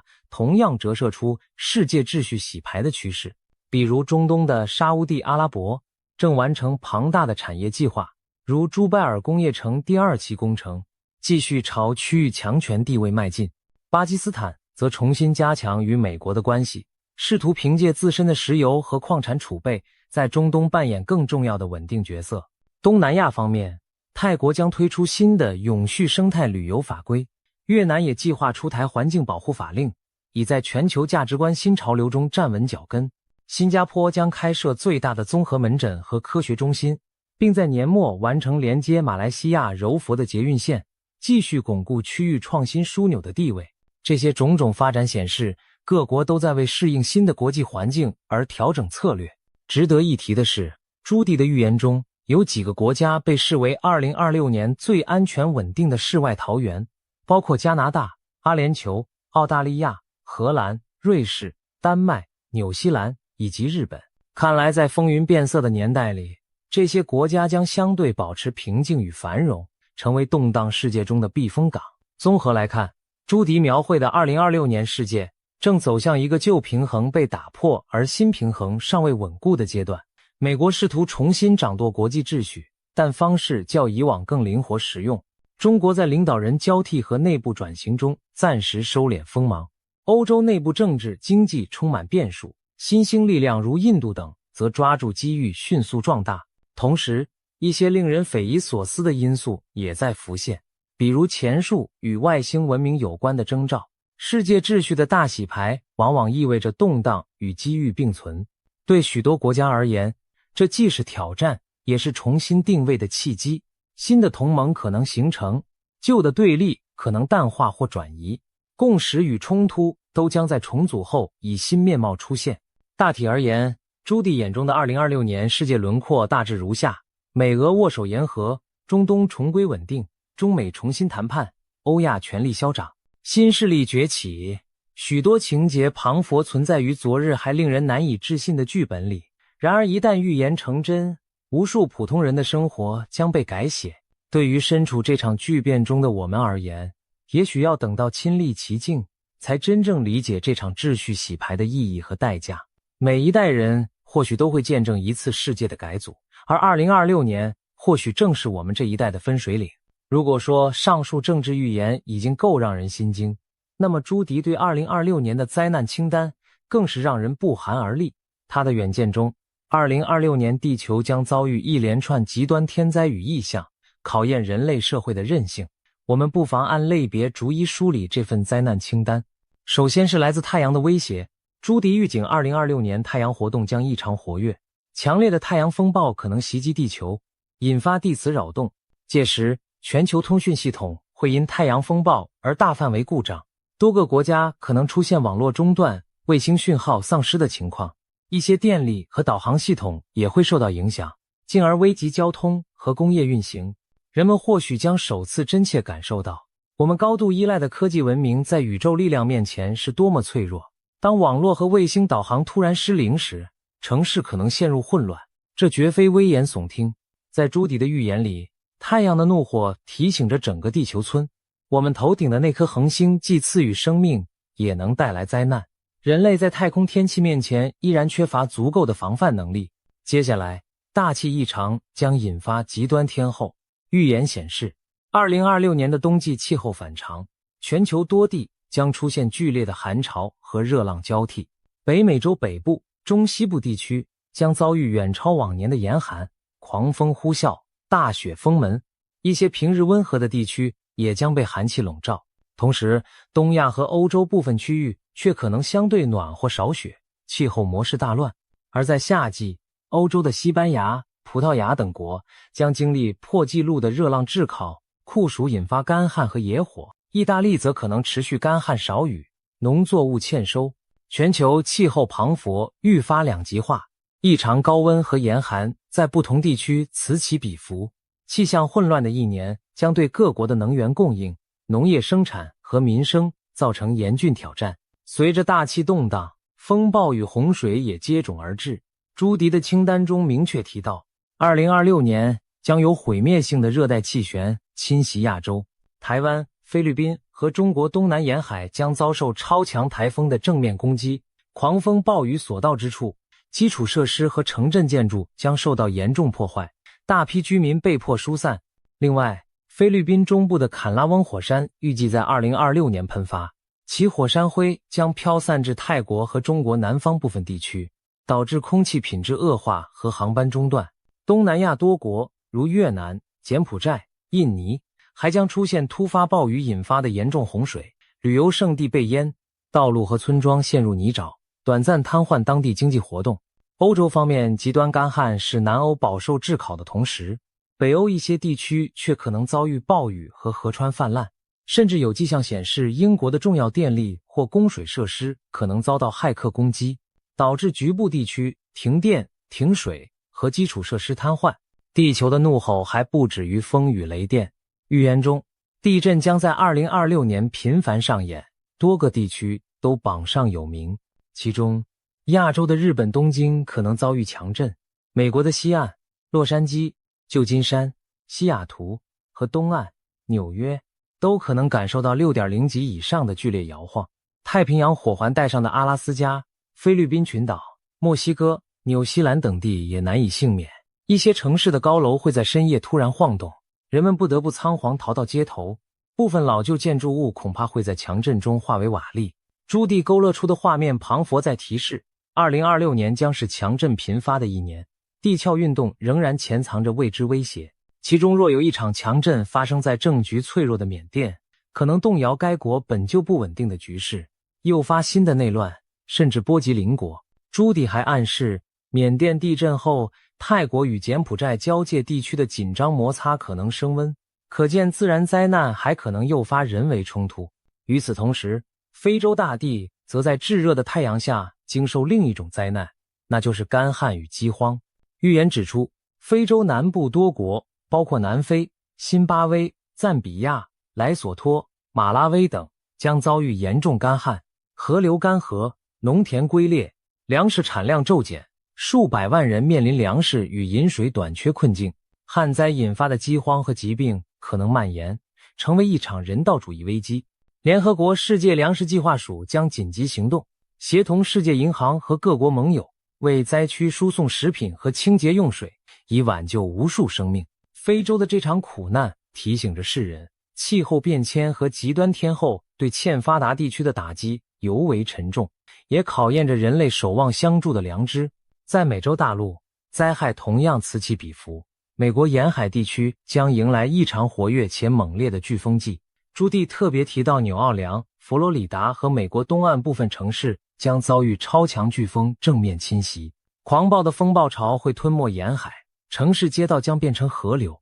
电力通讯中断，大批民众被迫逃离家园。而令人意外的是，一向少受飓风影响的美国西岸加州，今年也可能经历残余飓风或热带风暴带来的强风豪雨。与此同时，加州、加拿大西部、澳洲等地则进入更加严重的野火季。夏秋时节，干燥的植被在闪电或人为因素下被点燃，火蛇吞噬大片森林和社区，浓烟遮天蔽日，空气中弥漫刺鼻的焦味。消防员日以继夜地奋战，但长期干旱令野火一发不可收拾。这些景象几乎成了近年的常态，2026年恐怕也难以幸免。同时，热带气旋和季风雨还将导致全球多地发生洪水泛滥，日本、菲律宾、加勒比海诸国、墨西哥都被预言在洪灾名单上。从亚洲到美洲，无数城镇居民不得不为躲避洪水而举家迁移，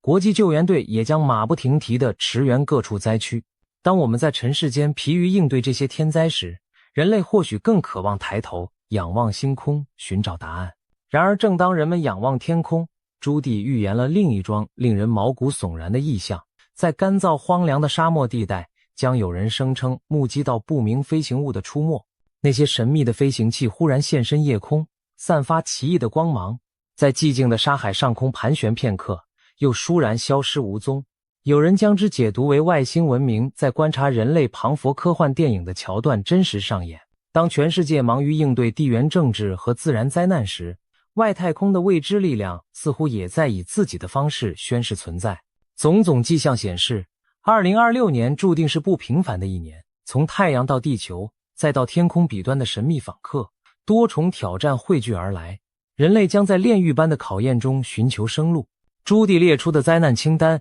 让我们深刻体认到，大自然与未知力量的威力远远超出人类的掌控范围。在高楼林立、科技昌明的21世纪，人类往往自信可以驾驭环境、预测未来，但一连串的飓风、地震、火山和来自天际的风暴就足以轻易颠覆这种信念。如果2026年的景象真如预言所述，我们唯有加强全球合作，共同提升防灾减灾能力，同时对天地心存敬畏，唯有尊重大自然的规律，谦卑审慎的发展，我们才能在灾难频仍的未来求得生存与延续。回顾朱迪对2026年的整体预言，我们彷佛看到一幅充满戏剧性和矛盾交织的未来图景。国际政治上大国角力与罕见事件并存，科技进步与伦理挑战相伴，自然界中灾害频仍又奇事丛生，给人类社会带来重重考验。这些预言有的耸动惊人，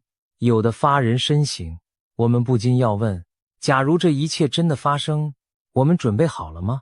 也许有人对这些超前的预知持半信半疑态度，但历史告诉我们，许多改变世界的时刻往往在发生前都很少有人预料到。朱棣的天赋让他在混沌中瞥见未来的一角，虽然未来始终充满变数，但他的远见给我们提供了一种独特视角，把可能发生的危机与转机预先展现在我们眼前。他提出这些警示，并非让人陷入恐惧绝望，而是提醒世人保持警觉和思考。如果2026年真如朱棣所言，是一个破旧立新的历史关口，那么身处其中的我们或许也该重新审视什么才是真正重要的。当政权更迭、秩序洗牌时，我们能否从历史的兴衰中汲取教训，避免重蹈覆辙？当天灾人祸接踵而至时，我们能否团结合作，以人性的光辉战胜困难？朱棣预言中的一个细节耐人寻味，他说2026年将带有一种精神性的震动，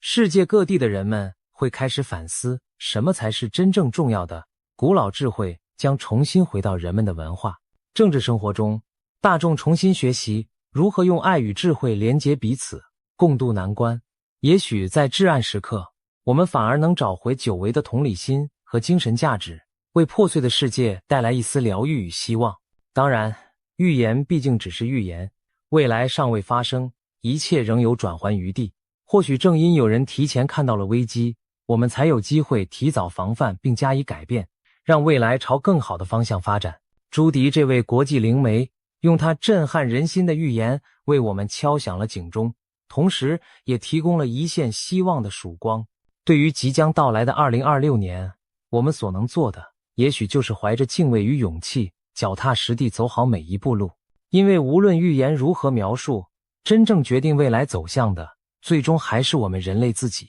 让我们怀着谨慎而积极的心态，迎接2026年的到来吧。即便前路险峻，人类文明仍在继续进步。届时，全球将共同举办史上首次由美国、加拿大和墨西哥合办的世界杯足球赛。体育盛宴或许能在动荡中凝聚人心。美国太空总署预计在该年创造历史，送首位女性航天员登上月球，重新点燃人类探索太空的热忱。科技和医疗领域也传来捷报，科学家将利用 3D 列印技术帮助瘫痪患者重新站起，人工智慧辅助诊疗让疑难杂症更快获得准确诊断。即便风雨欲来，人类并非束手无策，在许多方面我们依然勇敢前行。或许风暴无可避免，但当乱云飞渡之际，我们仍可以选择守护希望，在巨变中寻找成长，在灾难中磨砺智慧。愿朱迪的预言能为我们点亮一盏警示的明灯，使我们在面对未知未来时更懂得团结、自省与珍惜。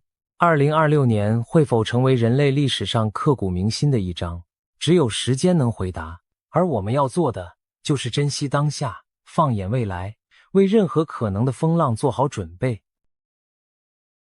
今天全世界各地的神秘预言纷纷出炉，不约而同指向一件事：2026年恐怕将是动荡不安的一年。从东方到西方，无论是泰国的灵媒、印度的占星师，还是美国的通灵者，都发出了惊人的警告。未来几个月内，是否真的会有战争爆发？一场前所未见的瘟疫是否正在逼近，甚至连去年离奇身亡的明星于朦胧，似乎都透过灵界带来了某种天机。今天我们就来深入探讨这些预言背后的故事，看看2026年究竟隐藏着什么样的危机与转机。首先要讲的是泰国最近声名大噪的预言家普莱师傅。这位被称为泰国第一神婆的灵媒，在当地可是备受瞩目。为什么大家这么相信他？因为普莱的几次预言精准应验，让人不得不佩服他的天线之灵敏。地震先见，2025年他成功预言了邻国缅甸将发生强震。果然当年3月，缅甸边境发生7级左右的大地震，与他事前的警示不谋而合。高楼倒塌，同样在去年，他曾描述过一个曼谷摩天大楼倒塌的画面。不久后，曼谷某高层建筑发生结构事故，场景与他预见的惊人吻合，洪水成真。更神的是，早在2025年初，普莱就提醒泰国人注意，年底时泰国将有一场特大水灾，地点在一个名字以泰文字母 S 开头的府。许多人当时半信半疑，结果2025年11月下旬，泰国南部真的遭遇300年一遇的大洪水，重灾区正是宋卡府 Songkhla， 泰文 S 开头。而当时新闻画面中的灾情与普莱先前描述的情境高度重合。因为有这几桩战绩打底，当普莱最近在节目受访时语气凝重地表示2026年恐怕会比2025年更凶险时，所有人都竖起了耳朵。他到底说了些什么惊人的预言呢？首先，普莱警告，今年可能会出现极端情况，也就是火灾、水灾与战争尽可能同时发生。火灾和水灾指的是剧烈的天灾，比如严重的火灾、洪水，而战争二字更是让人倒吸一口凉气。如果这3种灾难一起出现在同一时间，那将是多么混乱可怕的局面。接着，他特别提醒航空安全问题。普莱指出，2026年与飞机相关的事件都会非常惊人，恐怕会发生严重的航空意外。因此，他郑重呼吁各大航空公司务必要做好飞机的维护与安全检查。这番话令许多经常搭机出差或旅游的人心中忐忑，难道今年会有重大空难发生吗？当节目主持人追问他今年会不会有令人震惊的新闻事件，只见普莱脸色凝重，低沉地回应了一个词：是的。现场空气仿佛瞬间凝结。他随即补充说，他无法确知那惊人事件会发生在何处，只是真心希望它不要发生，还说了一句，希望这只是我的一场梦。短短一句话，透露出他对自己所见画面的恐惧与不安。然而，让人脊背发凉的是，普莱话锋一转，提到了比战争更可怕的东西。他强调，2026年最可怕的并不是战争本身，而是一种从未见过的新东西。什么新东西能比战争还可怕？普莱随即揭晓了答案，一场前所未见的新疾病。是的，在普莱看来，今年可能出现一种全新的传染病。他形容这种病结合了古老病毒的特性和人为实验室改造的成分，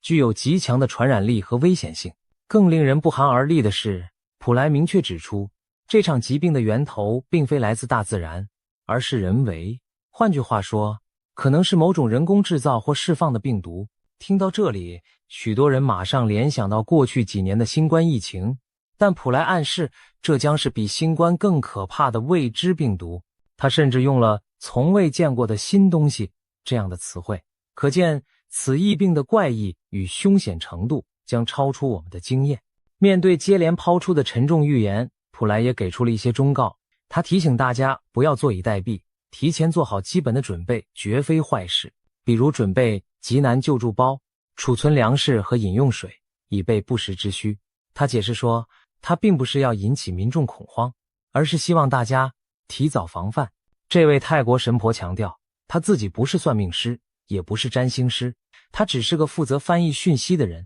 将灵界的提醒如实传达给世人。在泰国的传统文化中，有这么一种观念，当不祥之事被提前说出，引起公众警觉后，透过人为的防范与避险，事情未必会按照原本的预言发生。普莱正是抱持着这样的信念，把他从灵界接收到的警示公开，希望人们警醒，从而减轻灾难的冲击。那么，普莱提到的那些令人心惊的预言线索，能不能找出更具体的含义呢？他在受访时还抛出一个谜题，他警告今年上半年千万不要去3个地区旅游，并只给出了3个神秘线索字母 H、J、T， 不说地名，仅给代号，这可是吊足了大家的胃口。节目一播出，网友们立刻展开了各种猜测。H 代表哪里？有人猜可能是香港 Hong Kong， 也有人联想到夏威夷 Hawaii， 两地名称英文都以 H 开头，而且都是热门旅游地。J 代表哪里？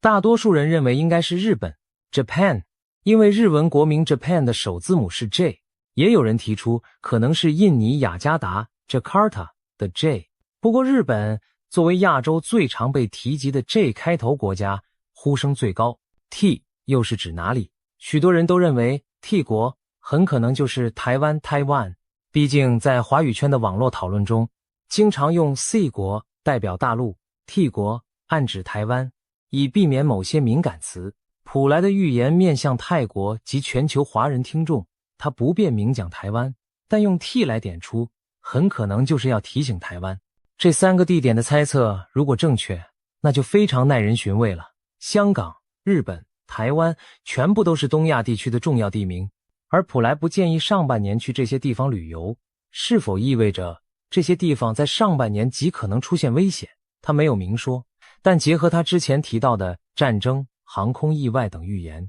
不禁让人联想，会不会正是在亚洲这一带有潜在的军事冲突或灾难风险？尤其台湾是否真的可能在近期卷入战争？其实不只是普莱，放眼全球，近期各路知名预言家都释出了对2026年的警告，而且许多内容出奇的相似，仿佛世界各地不同背景的人都看到了类似的未来图景，这难免让人心惊。难道真有大事将至，连预言者们也不约而同地感应到了？先来看看欧洲的传奇预言家盲眼龙婆巴巴万加。这位已故的保加利亚女性预言家虽然在1996年离世，但她过去留下的预言中已有许多惊人命中，包括苏联解体、911事件等，因此在国际上赫赫有名。如今每当进入新年份，她的预言总会被拿出来对照，而针对2026年，龙婆的预言内容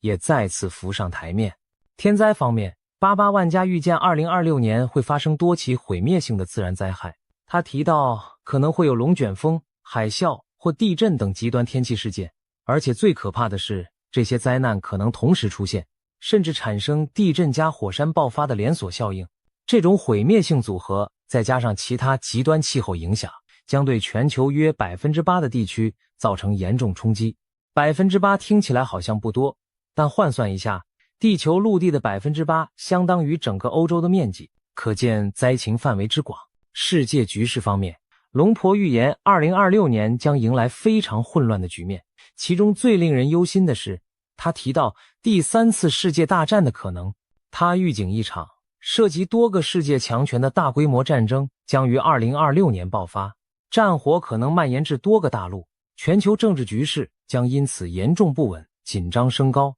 换言之，他看到了世界大战级别的冲突隐患。具体地缘细节，有传言指出，巴巴万加曾说大陆将接管台湾，而俄罗斯与美国之间将出现直接对抗。这听起来是不是很耳熟？没错，这几乎就是台海冲突引发中美俄卷入的格局。如果中国大陆真的动手，武力犯台，台湾被接管，那美国势必要有所行动。俄罗斯作为中国的战略伙伴也可能掺和，一来一往，正是一幅大战爆发的场景。经济方面，龙婆还预言了新的全球经济危机。他提到2026年可能出现第3次全球性的金融危机，至少是一场重大经济衰退。这可能包括股市崩盘、恶性通货膨胀，甚至货币体系的瓦解。在战争阴影下，经济剧烈动荡并不奇怪。如果战争与经济危机双重爆发，那真是对人类承受力的巨大考验，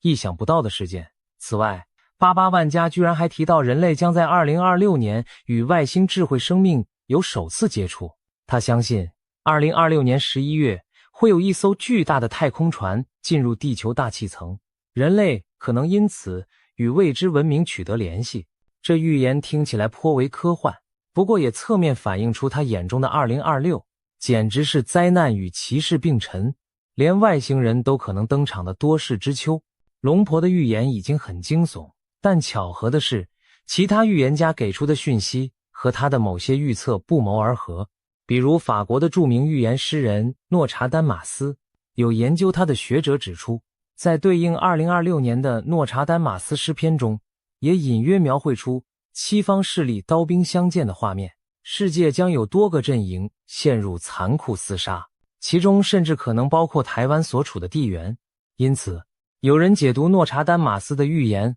为台湾将被卷入一场致命战争，多国角力。虽然这些解读带有主观成分，但和前面88万家普莱的说法竟有惊人的相似之处，都指向台海局势可能引爆国际战火。再看印度的预言，最近有印度神童之称的年轻占星师阿南德也发表了他对2026年的最新预测，引起广泛讨论。阿南德强调，2026年将迎来一个400年一遇的重要转折点。他在分析中点明了4个高风险国家：中国、菲律宾、北韩和日本。这几个国家在2026年特别需要注意动荡风险。值得注意的是，这4国之中，中国、日本都与台海局势密切相关，菲律宾位处南海，北韩在东北亚，也都牵动区域安全。此外，阿南德提醒2026年有3个关键时段，4月、7月和11月。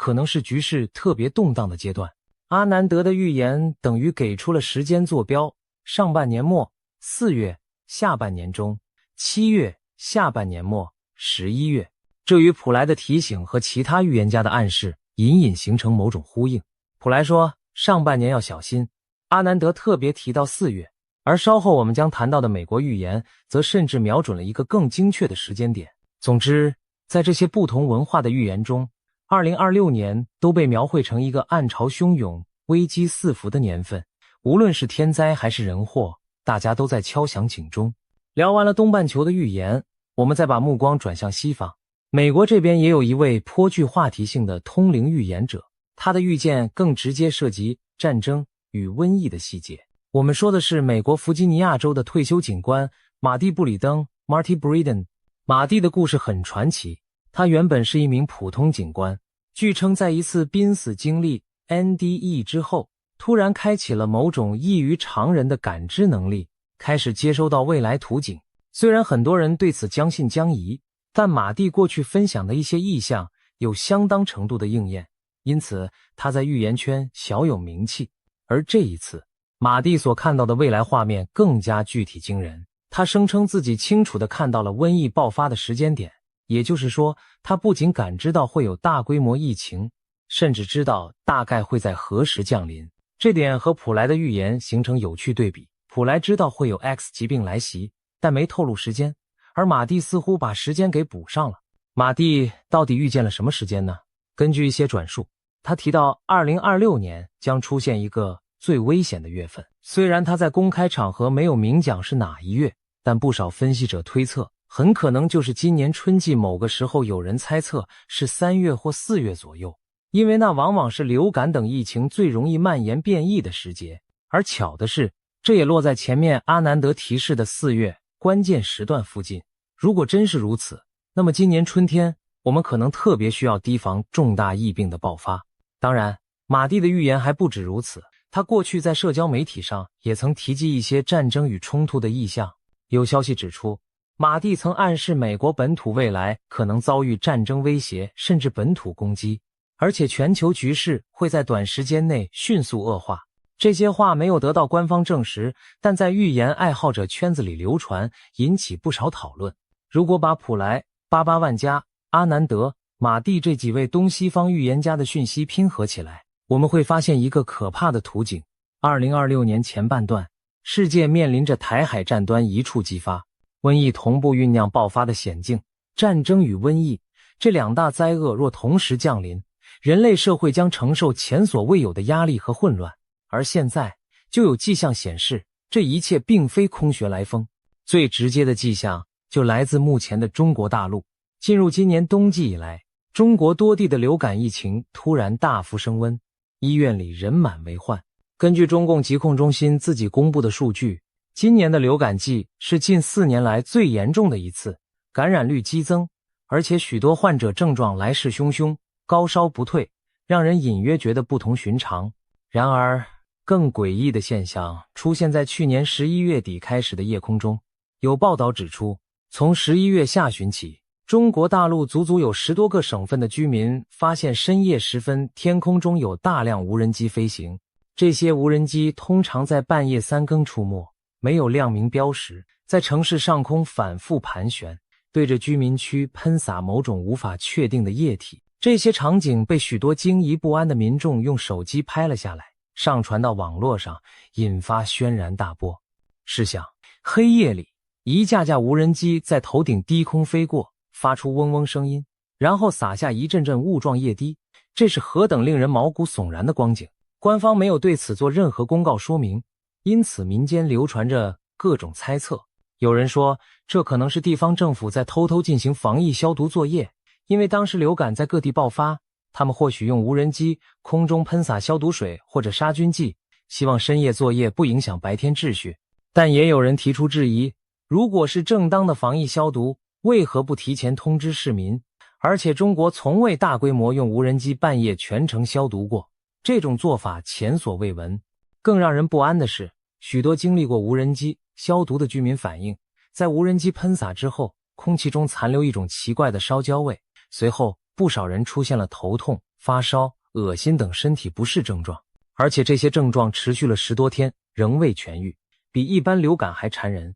这些反常情况让大家不得不怀疑，那些深夜无人机到底在撒什么？真的是无害的消毒药剂吗？怎么闻起来焦臭刺鼻，还让人久久生病？谣言很快四起，有网友胆战心惊地猜测，该不会是有人在偷偷投毒吧？甚至有激烈的说法认为，这会不会是某种生化武器试验，或者预先投放病毒的行动？因为无人机涉及面广，不可能是个别恶作剧，一定有统一部署。而官方对民间的种种提问与恐慌保持沉默，既不承认也不否认，这反而加深了人们心中的恐惧和猜疑。事情传得沸沸扬扬之际，连灵异圈的人士也坐不住了。去年12月11日，一位活跃的台湾灵性博主，网名昵称仙女星系的絮语，干脆动用通灵手段来探查此事的真相。他在自己的节目中冥想连结了大天使拉斐尔。在西方传统中，拉斐尔是掌管疗愈的高阶天使，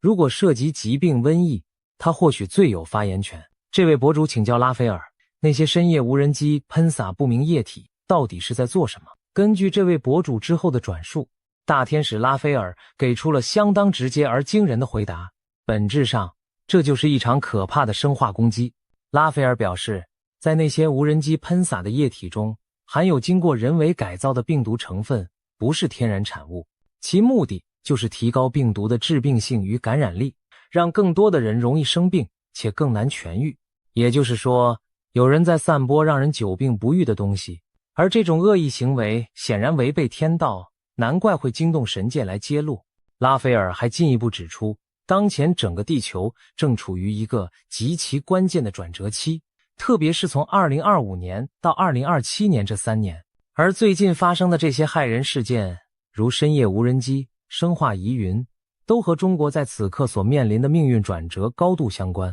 言下之意，中国正在经历一场重大的变局，而瘟疫可能正是这场变局中的一环。天使的这番揭露令人背脊发凉，若其所言属实，那意味着最近中国的怪异疫情并非自然爆发，而是人为刻意策划。有人也许会问，谁会疯到在自己国土上释放病毒，害自己人民？但历史上苦肉计并非没有先例。有阴谋论者认为，或许是某些势力为了转移国内矛盾或创造非常状态，不惜引爆一场疫情来达成政治目的。这种推测听起来骇人听闻，却并非全无根据。至少拉斐尔的灵讯和普莱的预言都划出了同样的重点，一种人为的致命疾病正在酝酿。如此看来，普莱口中的那个从未见过的新东西，很可能就是这场人造瘟疫。而他强调2026年最可怕的不是战争，而是瘟疫。或许正是因为战争的导火索之一其实就是瘟疫。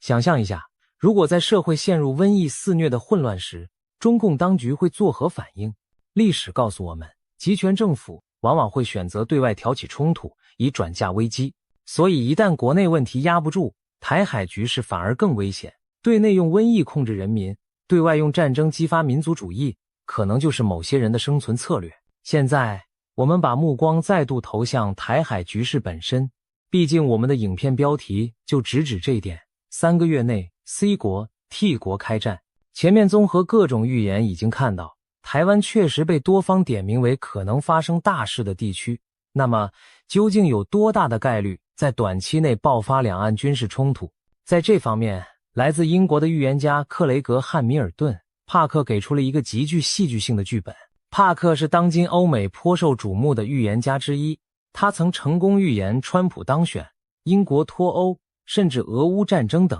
因此拥有不少粉丝。帕克在去年底，西元2025年12月30日，发布了一支影片，专门预言2026年的世界走向。他开门见山地将2026称为清算之年，并且特别提到一个重要时间节点2月。帕克说2026年2月左右将是世界局势的转折点，恰巧2月17日是农历新年，届时生肖将从兔转马，进入中国传统所称的火马年。火马年在东方被视为多灾多难的年份，60年一轮回。而上一次火马年是1966年，那年中国爆发了10年浩劫的文化大革命。如今60年过去，一个甲子轮回，帕克暗示2026年火马年天下大乱，大灾大难恐将重演。具体到台海，帕克预言在台湾海峡可能会出现一起飞机或潜水艇相撞的事件，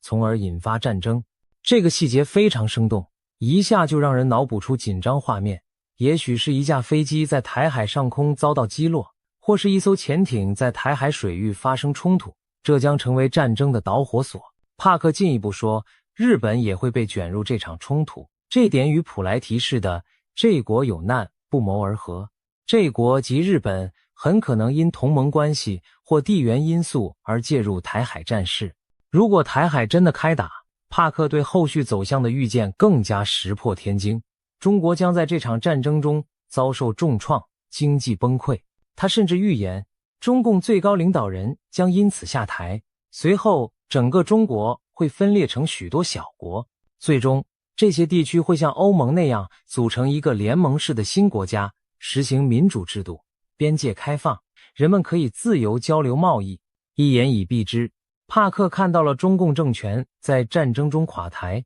中国政局翻天覆地的景象。这番预言可谓惊世骇俗。然而有意思的是，他和之前88万家的说法竟有某种互补印证的味道。88万家说大陆接管台湾，世界大战，全球经济衰退。帕克说中国因战争崩溃，政权更替，社会重组。两人角度不同，时间线稍有出入，但都指向台海冲突引爆东亚乃至全球大乱局，以及中国自身在劫难逃。而经济层面，帕克预言中国经济崩盘，中共垮台，88万家则预言全球金融危机，不约而同地把2026形容成旧秩序崩解之年。如果真如他们所言，那将是我们这一代人从未见过的大巨变。要知道，中国是当今世界第2大经济体，13亿人口，一旦政局巨变，其影响之深远难以想象。这也让人想到一句中国俗语，不是不报，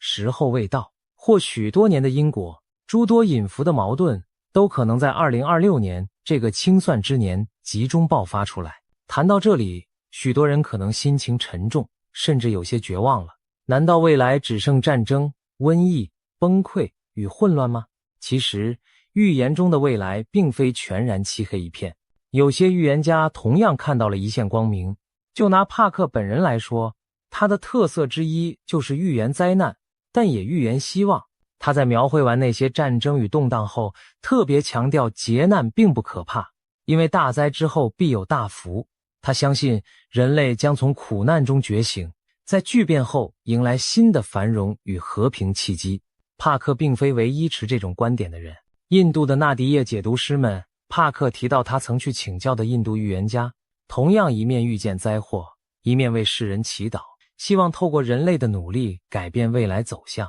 泰国的普莱也是以提前预警来减轻灾难发生的可能性。这些预言背后其实隐含着一个共同信念，预言的目的不是让人坐以待毙，而是唤醒人们主动去改变命运。在讨论如何清算、救秩序、揭穿谎言这方面，有一件发生在2025年中国的离奇事件不得不提，那就是于朦胧坠楼案。这起事件既是娱乐圈的谜团，也是坊间公认的黑幕案件。令人意外的是，它也隐隐和预言界产生了联系，甚至被形容为于朦胧从灵界带来的天机。这到底怎么回事呢？先简述事件。于朦胧是一位中国大陆人气男演员、歌手，生于1988年，出道以来形象阳光，事业顺利。岂料2025年9月11日凌晨，于北京出席一场私人聚会后，于朦胧被发现从所住公寓5楼坠落身亡，年仅37岁。消息一出，举国震惊。当天傍晚，他的工作室发布公告证实死讯，并恳请外界给予家人空间。官方对此事的结论是酒后失足意外坠楼。警方声称，经现场调查和尸检，初步排除他杀嫌疑。然而，这种草草定性的处理，非但没平息外界质疑，反而引发更多猜测与不满。一时间，网络上众说纷纭，许多人觉得事情没有那么简单。为何大众不相信这是单纯意外？因为疑点实在太多了。根据坊间流出的零星消息，于朦胧坠亡案牵扯出复杂的人脉与黑幕，神秘饭局与失联。传闻于朦胧在出事前几天被某大人物邀请参加了一个饭局，有人说那是个圈内权贵的私人派对。之后的几天，他疑似与外界失联，有传言称他在那几天遭到限制人身自由。USB 机密，网上疯传一种说法，于朦胧手上掌握了一个 USB 随身碟，里面藏有某些高层人士的惊天罪证，例如涉及洗黑钱的机密资料，他因此成为被灭口的目标。这传闻无从证实，但广为流传，暴力与他杀嫌疑。更惊悚的爆料称，于朦胧在死亡前曾遭受长达数日的软禁拷打，期间受到非人虐待，等到人不行了，对方布局制造出醉酒坠楼的假象。有匿名网友列出了所谓14大疑点，包括他的伤痕、手机遗失、现场监控缺失等等，指向这并非单纯意外。官方冷处理，警方虽迅速结案，但却未公开完整调查报告，对网上讨论也严加管控。不但相关话题被降热度，一些知情人发声后也很快晋升，让人更加怀疑是不是有高层指示压下此案。总之，于朦胧之死在中国成了一个禁忌又扑朔迷离的话题，很多普通人感到悲愤。一个年轻明星就这样不明不白走了，如果真有黑幕，难道就永远没人为他讨回公道吗？然而，正如那句话，天理昭昭，疏而不漏，不少人相信此案终有真相大白的一天。令人意想不到的是，对于朦胧案的真相，预言界也插手进来了。刚才提到的帕克在预言2026是清算之年时，有一条重点，许多谎言将被揭穿，许多真相会曝光。有预言爱好者就联想到，会不会于朦胧案就是其中一桩要被揭穿的惊天谎言。不仅如此，前面我们说到印度最神秘的预言流派纳迪叶，恰好就有纳迪叶解读师声称，他们在古老的预言梵文叶片中看到了于朦胧事件的结局。据说纳迪叶的记载显示，在2026年3月至6月期间，朦胧案的真相将以某种另类方式浮出水面。所谓另类，或许指的不是透过官方调查，而是透过其他意想不到的渠道或爆料。如果这个预言成真，那真是峰回路转，正义昭彰。想象一下，也许会有关键证人突然现身，或是一份影像录音曝光于世，揭开幕后黑手的面目。总之，就是现在被压下去的真相，终究会在2026年上半年大白于天下。这无疑呼应了帕克的清算主题，过去的罪恶将被清算，隐藏的真相将受审判。更巧妙的是，许多人发现朦胧这两个字本意就是模糊不清，于朦胧案如今真相不明，正如它的名字一样朦胧。但如果照预言所说，几个月后真相大白，那岂不是朦胧模糊，即将告别人间，尘埃落定？这也难怪有预言视频以只剩几个月，朦胧将告别地球，人间大劫倒数为题，暗喻朦胧之物散去的时刻，就是人间大灾结束倒计时的时刻。听起来令人毛骨悚然，却也给人一丝痛快，因为至少冤死者的在天之灵也许可以瞑目，而整个人类社会也将因清算黑暗而迎来新生契机。有人大胆猜测，或许于朦胧的在天之灵也在冥冥中协助这一切。毕竟假如真有灵界，他年轻冤屈的离世，灵魂必然不甘。也许正是他透过某种灵界渠道，把关键的天机讯息传递给了世人，比如通过纳迪叶，或者通过其他通灵者来揭露自己的死因和背后黑幕。这将是于朦胧留给世人的第一条来自灵界的天机，那就是再浓的迷雾也终将散去，真相与正义终将来临。当然，以上关于朦胧案的预言性解读，目前还只是种种推测，最终会如何，还需要时间去验证。我们唯有拭目以待，看看2026年上半年是否真有爆炸性的真相公诸于世。到这里，我们盘点了许多骇人听闻的预言，有关战争的，有关瘟疫的，有关经济崩溃的，甚至还有黑幕揭露与外星接触等等。难怪有人会感叹，2026年简直像末日小说般可怕。那么，对于普通人来说，我们该如何面对这些预言？是陷入恐慌，还是嗤之以鼻，一笑置之？首先需要强调的是，预言并非铁板钉钉的命运宣判。正如普莱等人所说，预言的意义在于让我们提前知道可能性，从而有机会改变未来。既然灵界好心送来了这些预警讯号，我们不妨将信将疑，留个心眼，但也不必惊慌失措，自乱阵脚。对于可能的灾难，我们可以做哪些务实的准备呢？居安思危，备而不用。就像普莱建议的，准备一些紧急物资总是好的，家中备一个紧急医药包、手电筒、收音机、瓶装水和干粮等，以防万一。这在任何灾害中都用得上，哪怕最后平安无事，这点准备也不算浪费。关注国际局势，如果台海局势持续紧张，旅行计划就要审慎评估，尤其避免去可能的热点地区。如果真的出现突发情势，保持冷静，遵从官方疏散指示，对谣言要有判断，不轻信煽动，照顾好自己和家人。瘟疫方面，除了物质准备，更要注意卫生习惯和身体健康，提高免疫力，多运动，备好常用药品。当流行病有苗头时，该戴口罩就戴口罩，该减少聚集就主动配合。经过新冠疫情的洗礼，我们对这些已不陌生。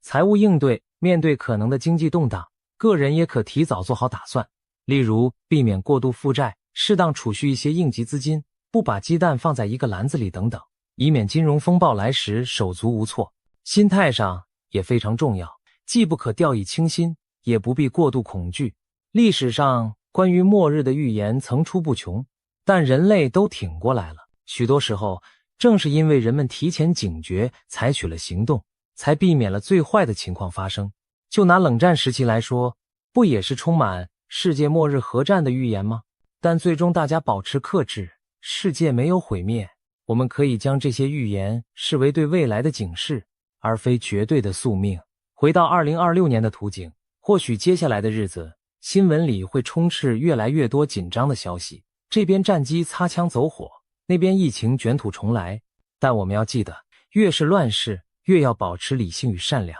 不造谣，不信谣，不被仇恨煽动，在保护好自己的同时，也帮助周围需要帮助的人。因为最终能度过劫难的，往往是那些冷静、团结而有爱心的人类群体。让我们也怀抱一点希望，就像帕克说的，大灾之后有大福。或许2026年的种种劫难，正是人类觉醒和转变的契机。黑暗过后是黎明，否极泰来，这些道理自古皆然。如果我们能挺过这几年的风雨，也许等来的将是更清明的世界局势，也许战争的阴霾散去，国与国找到新的和平共处方式。也许瘟疫让我们研发出更先进的医疗科技，反而促进文明的进步。也许经历经济震荡后，人们会反思贪婪，建立起更健全公正的经济秩序。最后再回到预言本身，普莱用勇气告诉了我们坏消息，但也给出了避免之道。88万家描绘毁灭图景的同时，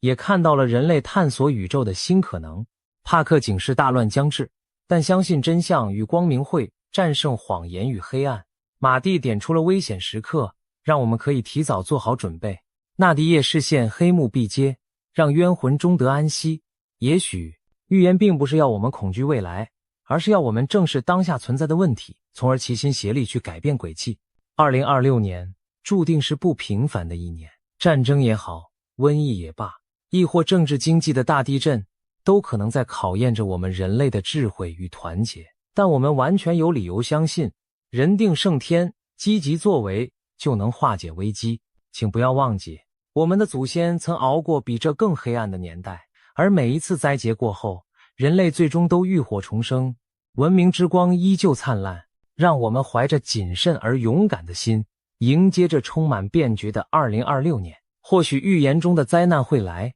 但我们并非束手就擒的木偶，只要心存善念，保持理智，彼此扶持，我们就有机会改写那些可怕的预言，迎接属于人类的转机与新生。今天的分享就到这里，希望每一位观看这影片的朋友都能平安度过未来的风风雨雨。让我们以行动和智慧去证明人类可以创造比预言更美好的结局。近日，北京城上空弥漫着一股异样的紧张气氛，一则令人震惊的消息在网络上悄悄流传。深夜枪声响起，装甲车驶上街头，82集团军疑似开进北京。虽然官方媒体一片沉默，但民间影片与传闻此起彼伏。在天安门与中南海附近出现了非比寻常的高度安保场景，长安街沿线部署了大批武警特警，地铁站口和人行道设置层层关卡，通往中枢的道路临时封闭或需特许通行。新华门、府右街周边昼夜都有荷枪实弹的黑衣警卫，3步一岗，5步一哨巡逻。京城仿佛进入戒严状态，每个路口都透着压抑的气息。更离奇的是，在北京周边乃至全国各地也传出异常军事调动的目击报告。有民众称，在河北保定，也就是陆军第82集团军驻地，当地突然一夜静城，街道店铺集体关门，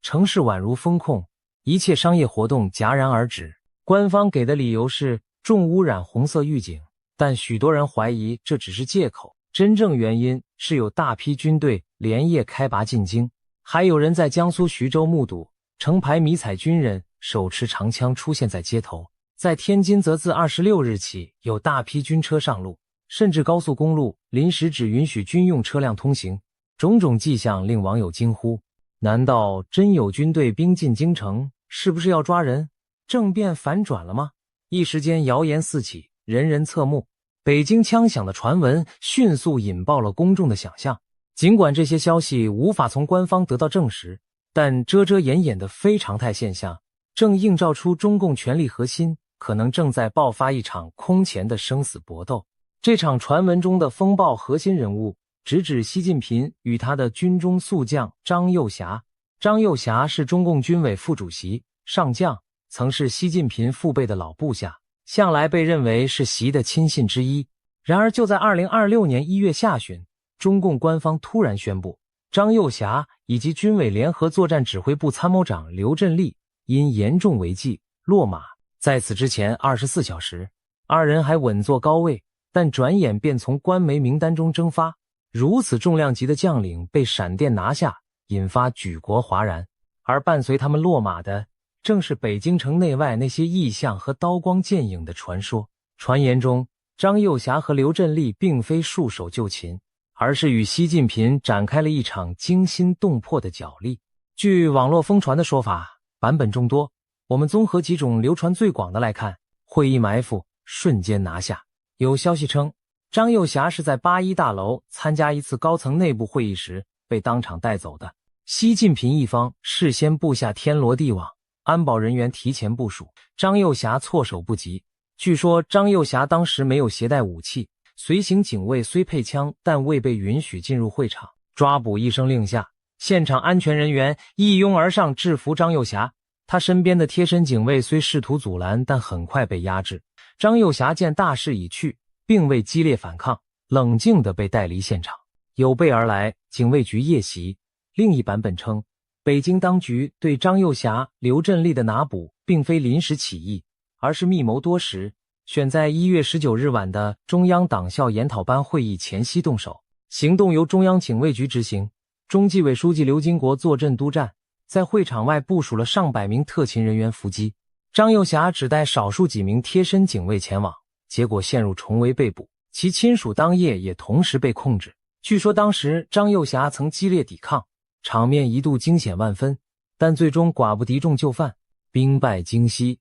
枪战震动。流传最惊悚的说法是，张幼霞和刘振立原计划在1月18日先下手为强，对习近平实施抓捕，岂料消息走漏，习近平提前转移，当晚下榻北京京西宾馆并严密布防。张、刘二人率部追至京西宾馆，与习的警卫展开正面冲突，双方爆发激烈枪战。据称当场枪声大作，火光闪烁，在黑夜的北京城惊醒无数敏感的人。这场枪战持续许久，双方各有伤亡，甚至传出死伤人数超过30人。最终习近平一方骤然增援得手，张幼霞、刘振立寡不敌众被制服。习近平随即下令第一时间逮捕了张、刘两人的全部家属，以绝后患。军中对峙，警卫倒戈。还有小道消息透露一个细节版本，习近平的心腹公安部长王小洪亲自调动了特警雪豹突击队赶赴现场，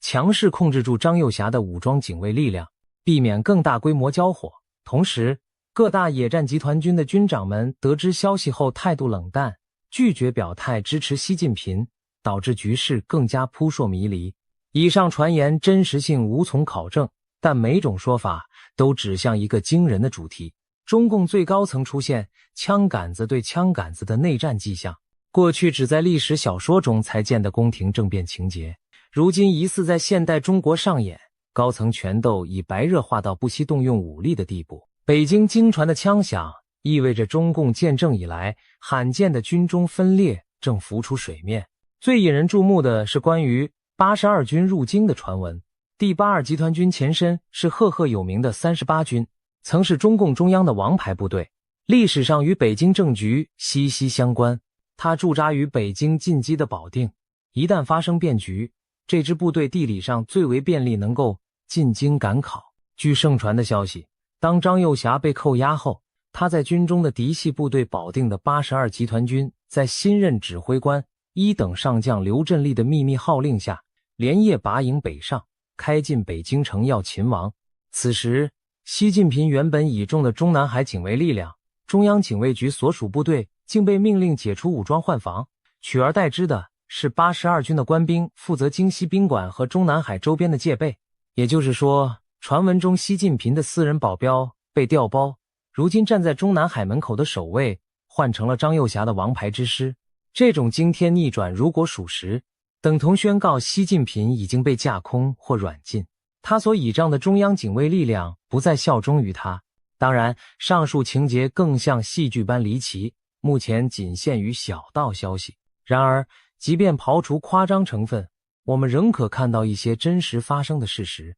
张幼霞、刘振立忽遭拔除，显示习近平与军中高层确实撕破脸皮。各地军车异动，京畿戒严，表明军队内部风声鹤唳，人心不安。而官方对此讳莫如深，只在事后极简单地公告了将领落马，对种种异常只字不提。这种反常本身就耐人寻味。中南海内部的一场决斗可能已经发生，胜负或许未分，高层角力还在持续。我们不妨追问，习近平真的稳操胜券了吗？还是他仅仅暂时压下危机，其实自身亦陷入更大的危险？回顾这场惊心动魄的斗争，不禁让人想起中国历史上那些王朝末年的场景。古语云，多行不义必自毙。每当一个统治集团行将衰亡时，往往内乱四起，自相残杀。习近平自上台以来大权独揽，一再强调枪杆子里出政权，他深知掌控军队是最高权力的基石，然而也正因如此，如今这柄枪杆子调转枪口，指向了自己人。中共的枪杆子内战一旦公开化，对政权将是致命打击。习近平和张又侠之间到底发生了什么，让昔日同甘共苦的战友走到兵戎相见的绝境？其中隐藏的内幕耐人寻味。首先，从习近平角度看，他对军中反叛早有高度戒心。过去几年里，他大刀阔斧肃清了徐才厚、郭伯雄等前朝军头，又在2023年突然拿下国防部长李尚福和导弹部队多名将领，种种非常规动作折射出军队内部暗流涌动。张又侠虽然名义上是习的自己人，但身为军委副主席，掌管实权多年，手握众多老部队人脉，被视为军内太上皇级别的人物。习近平第3任期开局不顺，经济困局，民怨沸腾，他越发疑惧有人在军中做大失控。因此有分析认为，习近平在先发制人，借反腐名义除掉张又侠，彻底把持军权。正如历史上汉武帝猜忌功臣，明成祖诛杀将领，帝王往往在晚年对身边人也痛下杀手，以绝后患。然而从另一个角度看，张又侠一派未必甘当鱼肉。张又侠是开国元勋之子，军中威望素著。近年习近平对内高压统治，对外搞得国际紧张，甚至有意武统台湾，令许多老将领担心中共政权走向疯狂毁灭。在这种背景下，不排除军内有一股势力酝酿兵谏，即利用武装力量逼迫习近平交权，以避免国家走向灾难。有传张又侠本想联合几大野战集团军司令，在中央政治局民主生活会上集体向习发难，批评其个人独裁与错误决策，给习近平最后通牒。然而习近平并非善茬，他早就在政治局安插亲信，把反击剧本准备好。于是我们看到的是一场龙争虎斗，习近平试图清君侧，张又侠不惜铤而走险，双方几乎玉石俱焚。一些小细节更让人不寒而栗。就在京城枪声传出的同时，网上突然疯传朱镕基去世的假消息。朱镕基是前总理，享有盛誉，他被传离世的消息一度占据热搜。有人怀疑这可能是有人故意放出的烟幕弹，转移公众视线，以掩盖另一头的枪声与火光。在传说的京西宾馆交火当夜，许多北京居民反映听到了异常的巨响和救护车声，但随即社交媒体上的相关讨论被严厉封杀，仿佛一张无形的大手在抹去一段真实存在过的黑暗时刻。还有消息称，尽管张又侠被擒，但习近平本人也受到了巨大惊吓，一度躲入极其安全的地点，消失数日，行踪成谜。政治局的后续会议气氛诡谲，据闻习近平在压倒性压力下脸色死灰，甚至签下保证不再追究某些人的降书。来自保条件之一是要保障他的夫人彭丽媛安全离开风暴中心。这种传言听来匪夷所思，但却道出了习近平阵营其实并未彻底稳住局势，反而可能在某种妥协下暂时延命。习近平大势已去的话题一时间甚嚣尘上，哪怕他仍坐在主席台上，人们也开始议论他是否成了惊弓之鸟，孤家寡人。事实上，中共历史上不是没有发生过高层权斗枪响的前例。上世纪70年代林彪出逃，80年代元老政变，2012年王立军出走美领馆，引爆薄熙来事件，每次都是山雨欲来，伴随着北京城的枪声与传闻。尤其2012年3月，北京曾传出319夜政变的说法，彼时传闻周永康动用武装企图护住薄熙来，结果与胡锦涛派系在中南海附近交火。尽管官方从未承认此类事件，但事后权力板块的大挪移往往印证了暗中搏杀的激烈程度。如今历史似乎重演，而且来得更为骤烈。这次戏码的主角是比薄熙来更高的现任最高领导人习近平和他的军中核心张又侠。这预示着整个中共权力体系正从内部崩溃，帝国大厦开始出现致命裂缝。在这扑朔迷离的血色风云背后，一本神秘预言书的名字忽然频繁出现在华人世界的讨论中，它就是铁板图。许多人相信，铁板图早在数十年前就预言了今天发生的一切，包括习近平的命运和中共的结局。当北京枪响82军入京的消息传开时，网上掀起一股解读铁板图预言的热潮，仿佛要从天机中寻找这场惊变的注脚。铁板图究竟是什么？相传它是一本中国民间流传的奇书，以多幅图画隐喻未来，被视为预言天书。关于其来历众说纷纭，但一则广为流传的故事是1951年大陆某地一个李姓家族私藏着一本发黄的线装图谱，结果其子拿去学校给同学看，消息外泄后被当地政府没收，此书从此失踪，直到中共19大。2017年时，有知情人士将铁板图的最后一幅图在网上披露，立刻引起轩然大波，因为这最后一图惊人地暗示了习近平的结局。这幅图画面非常简洁，却寓意深远。两座高山之间有一道山坳，山坳上空飞过4只黑色的鸟，它们依次成功越过山坳飞向远方。而在右侧山腰处，一只白色的羽毛鸟狠狠撞在悬崖上，鲜血四溅，身躯正向山下坠落。在图画下方写着一句箴言般的注解：白羽毛鸟儿撞死在山这边。看到这里，谁都能感到其中涌动的不祥之兆。民间对此图的解读归纳起来有2点：其一，中共将亡于一个被比作白羽毛鸟的领袖之手；其二，这位领袖最终为了中共而殉葬，结局凄惨。更让人背脊发凉的是图像和文字中的隐喻，汉字习的正体字，上面一个白，下面一个羽，不就是白羽毛吗？而那4只黑鸟恰似引指中共历任的4代黑面领袖毛泽东、邓小平、江泽民、胡锦涛。这4任掌权者都曾高喊解放台湾，却最终飞过台湾，并未真的付诸行动。他们在位时虽风云一时，最后都平安卸任，把统治的接力棒交给下一代。而第5代领导人习近平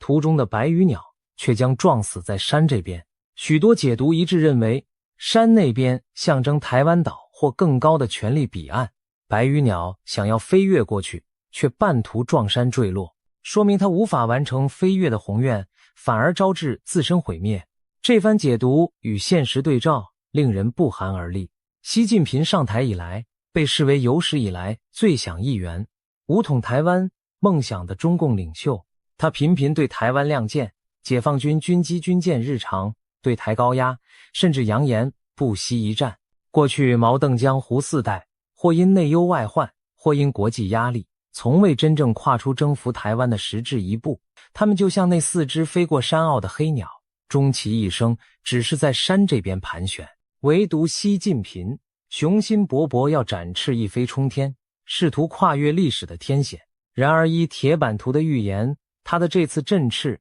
等来的将是一声悲鸣，白羽摔碎，血染峭壁，命丧此山。联想到当前的局势，内有政敌环伺，经济衰退，外有国际围堵，台海剑拔弩张，习近平若一意孤行发动战端，极可能陷入两线作战，腹背受敌的绝境。这不正是为了中共而殉葬的写照吗？一旦他兵败台海或引爆内乱，中共政权也将与他一道走向末日。如今北京枪响的事件被许多预言爱好者视为铁板图正式应验的信号，因为按照预言逻辑，白羽之鸟坠落之前必然会有剧烈的动荡，而最高领导人在位期间，京城传出枪声，集团军调动，这无疑是一场政权大地震的前兆。习近平虽暂时还在位，但有人惊呼白羽毛开始掉落了，仿佛看见那只白鸟翅膀已经受创，命运滑向深渊。除了铁板图，中国民间和国际上关于中共气数将尽的种种预言，可谓汇集成惊人的合唱，在此刻纷纷被翻出来印证。古往今来的大预言，如同一面面镜子，映照出今日的局势。先说中国古代预言中的佼佼者，推背图和刘伯温预言，这些流传百年的奇书对历朝兴衰多有应验。例如推背图第46象起，据传就在预示近代中国的变局，许多人将其中隐语对照中共的兴起与覆亡。而明朝刘伯温的烧饼歌亦有一统江山几度秋，红旗不倒30年头之类的句子，被解读为预示洪朝寿命有限。在这些诗象中，常出现洪朝、洪阳、天下大乱等字眼，耐人寻味的契合当前。赤马洪阳之节更是一说。按照60甲子纪年，2026年是丙午年，火马；2027年是丁未年，火阳。火马、火阳在命理中皆属凶兆，连着出现更被认为极其不吉。有论者发现，每逢火马年，中国都多灾多难。上一次丙午年是1966年，那正是红色中国的浩劫，文革爆发，天下大乱。今年2026年再逢红马节，太岁当头坐，无喜恐有祸。而且这次红马之后紧接红阳，2年相叠，命理上称自刑，意味着自我冲撞。巧合的是，中国民间相信今年属马的就是习近平的本命年，又犯太岁，种种玄学说法让很多人直呼天意要亡兮。虽然听来迷信，但结合现实乱象，反而更添几分神秘色彩。再看国际上的预言，例如来自南亚古老的纳迪叶预言，据说在印度神庙中珍藏的棕榈叶刻录了无数人的命运轨迹，其中包括一位强大的东方统治者，他将在位10年有余后，因暴政招致国破，最终败亡，其国度将重获新生。许多人将此对号入座到习近平与中国身上。还有西方流传的帕克预言与一些灵媒的预示，也不约而同地提到21世纪20年代东方大国将出现巨变，甚至可能分裂动荡。一些美国的未来学家早前大胆预测中国共产党无法平安度过2020年代中叶，并言之凿凿地描述了权力真空和地方军阀割据的场景。当这些曾被嗤笑的预测如今与铁板图所示愈发吻合时，人们开始半信半疑地思考，难道真有某种宿命在冥冥中安排着剧本？除了典籍预言，一些实际发生的异象也被解读为天意的示警。其中最轰动的是贵州藏字石事件。2002年，科学家在贵州平塘发现一块断裂的巨石，其断面天然嵌着6个清晰的汉字：中国共产党亡。巨石经鉴定已有2亿多年历史，不可能是人为雕刻，被视为上天给中共的死亡通知书。当年这一发现震惊国内外，如今再看，仿佛时间在倒数计时一般，印证着亡共石的玄机。还有成都的白莲池天象，据传2025年底，四川某地天空骤现，巨大的莲花状光圈被佛教徒视作大凶之兆。联想到白莲花象征纯洁，或许暗示邪恶将被荡灭。虽然科学解释这只是特殊云层所致，但民间宁可信其有，视其为上天昭示的异象。令人称奇的还有一则白羽之鸟死亡的新闻。2025年末，北京动物园一只珍稀的朱鹮，俗称朱鹭，羽毛洁白，寿终正寝，享年39岁，折算成人类年龄相当于150岁高龄。朱鹮是濒危物种，吉祥的象征，通体白羽，绘红冠红，被誉为东方宝石。然而此时此刻，北京的朱鹮仙逝，恰巧与铁板图白羽鸟的意象不谋而合。更巧的是，网友发现这只朱鹮的乳名竟然叫平平。消息传出后，大批网友在社交平台留言：平平一路走好。字里行间似乎借悼念朱鹮，曲笔送别另一个平平。大家心知肚明，平平正是习近平的小名。如此同名同音的巧合，引发全民热议。不少评论感叹：天都看不下去了，老天都在传信号。一只白羽鸟老死在京城，人们将其视作习近平气数将尽的天象征兆。正如古代史书常记载的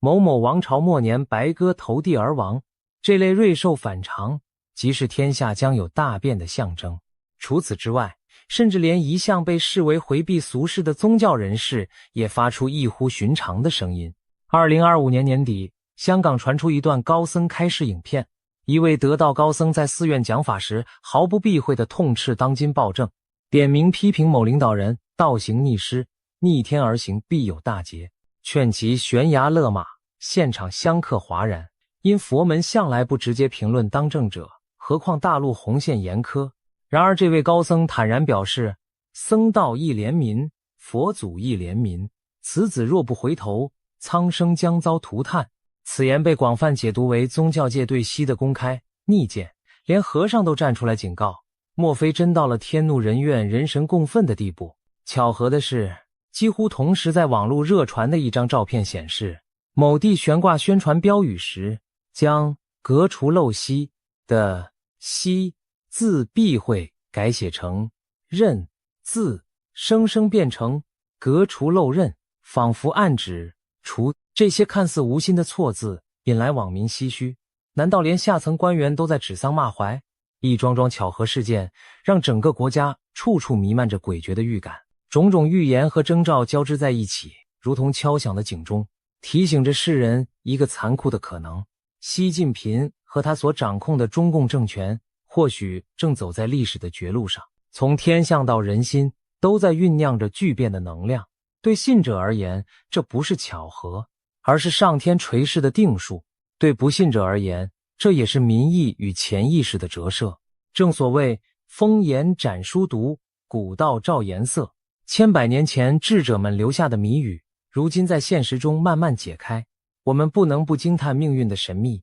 风暴将至，整个中国的未来走向也到了最关键的十字路口。如果铁板图的宿命成真，那么习近平的结局几乎无可改变，不是身败名裂，就是命丧乱局，而他苦心经营的中共集权也将随之垮塌。从眼下迹象看，习近平确实深陷前所未有的困境，内有党羽离心，军头倒戈，外有经济江河日下，民怨山呼海啸。曾经铁板一块的权力金身，如今出现裂纹甚至崩坏，这难道正是帝王末路的写照？然而历史的大戏从不缺乏变数，习近平会束手就范地走向宿命吗？还是会做最后的孤注一掷，强行扭转乾坤？目前看来，他极可能选择后者。古往今来的暴君在末路时刻往往更加疯狂孤注。前二世胡亥残民已逞，最终陈胜吴广揭竿而起，清末慈禧困兽犹斗，班虚照意图假改革为命，也未能挽救大清倾覆。习近平此刻或许也在盘算着破局之策。一方面，他可能加紧内部清洗，对真正威胁他的人斩尽杀绝，以求再稳数年江山；另一方面，他或铤而走险，对外挑起冲突，利用战争状态把国内矛盾一笔带过，同时以军管维稳之名消除异己。尤其是对台湾，如果他认定已无退路，不排除除敌之后立即挥军东南，在民族主义狂热中孤注一掷。但这正是让人最担心的剧本。预言早已警告过他，攻打台湾只会加速自己的灭亡，他若执意而为，几乎等同亲手引爆末日倒计时。另一方面，如果习近平真的在这次内斗中元气大伤，甚至被迫交权，那中国将面临70多年未有之变局。中共高层的撕裂可能导致政权失序，各地军政势力各怀心思，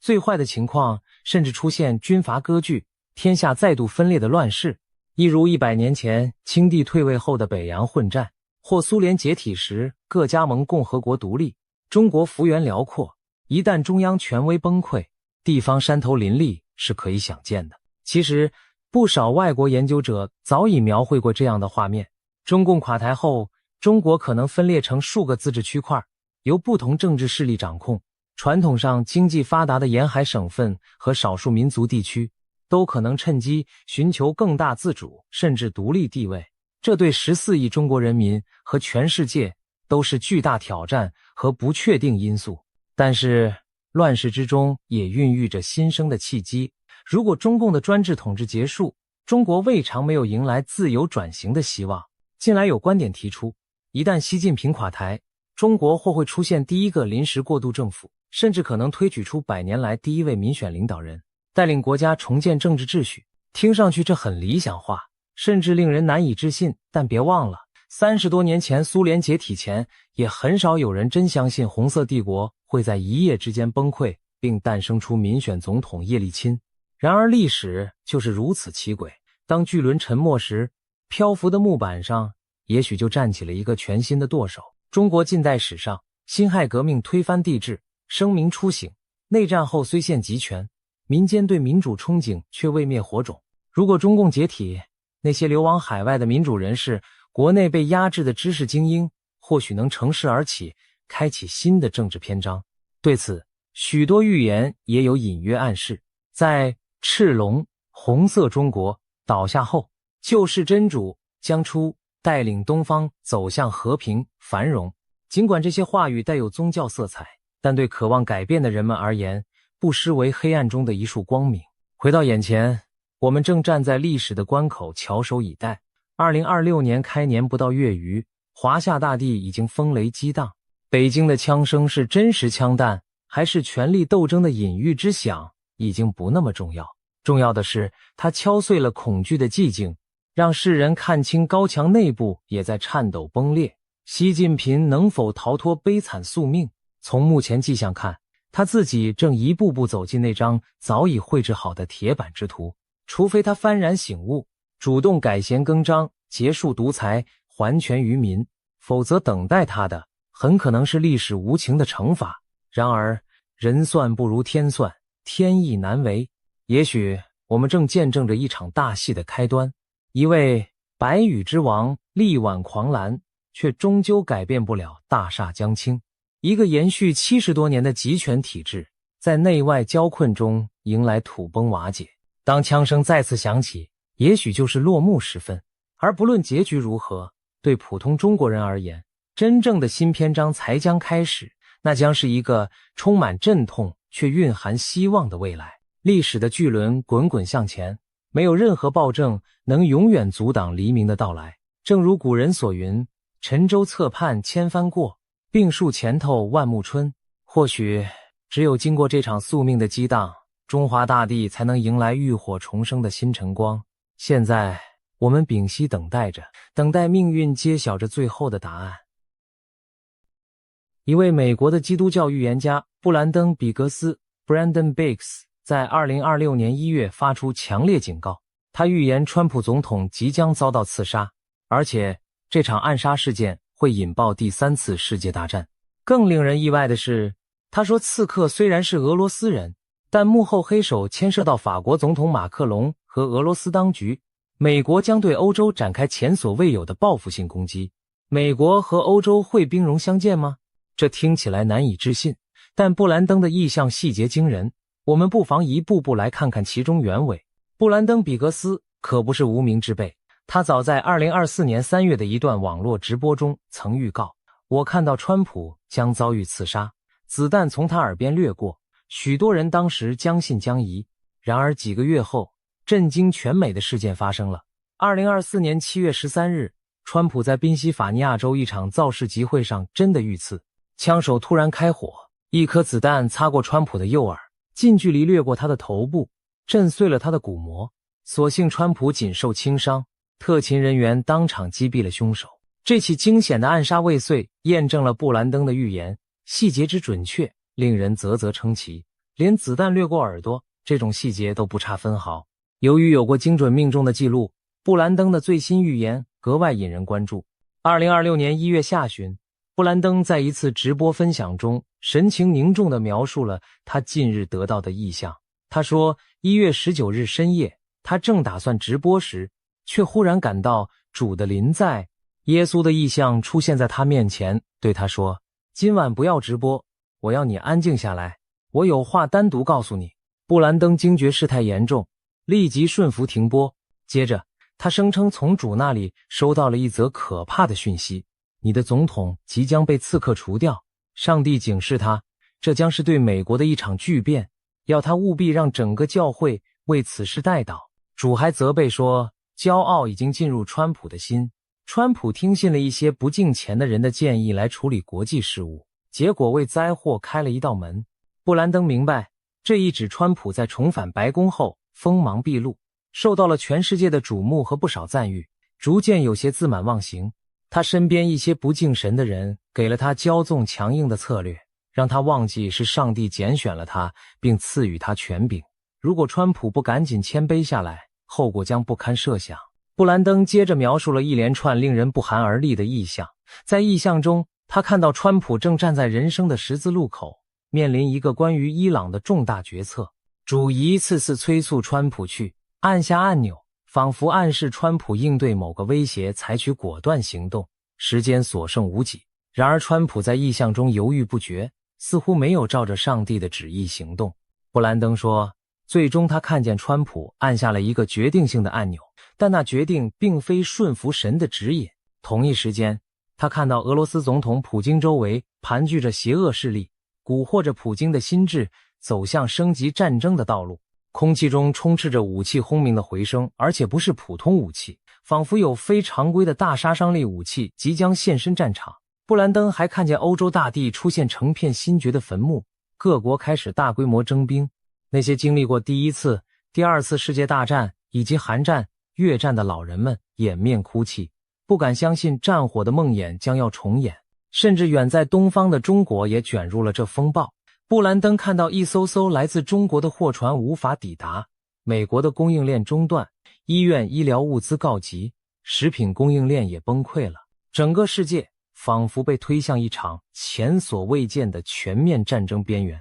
在这动荡诡谲的画面中，一个细节引人注意。布兰登看到法国总统马克龙满脸怒火，似乎因某件事对川普怀恨在心。在意象里，马克龙捂着眼睛，好像眼部有伤，血管破裂般的淤伤，正用墨镜遮掩，但川普公开场合作弄地嘲笑了他，让马克龙颜面尽失。马克龙气得眉毛直跳，随后在某次演说中阴沉地放话，也许我们该考虑与俄罗斯联手了。这一幕显示法国领袖对川普的不满达到顶点，甚至动念要倒向俄罗斯的怀抱。这些场景或许象征西方同盟出现裂痕，美欧之间针锋相对的暗流已经涌动。紧接着，布兰登说，他在林中看到一个骇人的时刻，川普真的中了刺客的冷枪。画面一转，仿佛是在某个机场停机坪附近，川普总统身旁隐约可见一架很像空军1号的大型飞机，周围一片警戒，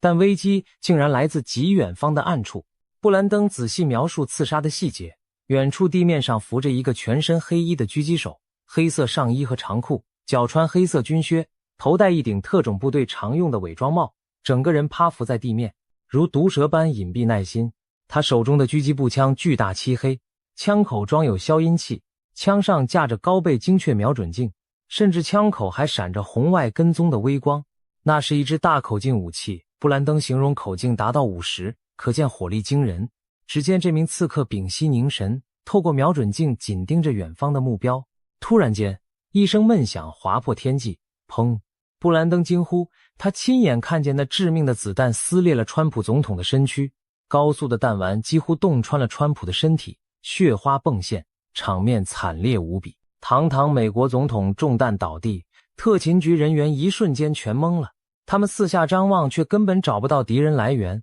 一时间不知所措。周围尖叫声、呼喊声此起彼伏，现场陷入混乱和恐慌。这惊骇的一幕宛如电影情节，却在布兰登的意象中历历在目。预言中的这颗子弹极可能是致命的。假如川普这次真的不幸身亡，那将会发生什么？布兰登接下来看到的画面更是远远超出一般人的想象。他说，川普一倒下，眼前立即浮现出第3次世界大战爆发的景象，美国仿佛瞬间展开对敌对势力的疯狂报复，而报复的对象竟是在欧洲。布兰登形容那是一场前所未有的欧洲大战，无数导弹如雨点般倾泻，从未有过的规模轰炸降临在欧洲大地上，导弹拖着烈焰撕裂长空，城市在火海中颤抖。这种毁灭性的打击在布兰登看来是史无前例的，震撼程度远超以往任何世代经历过的战争场面。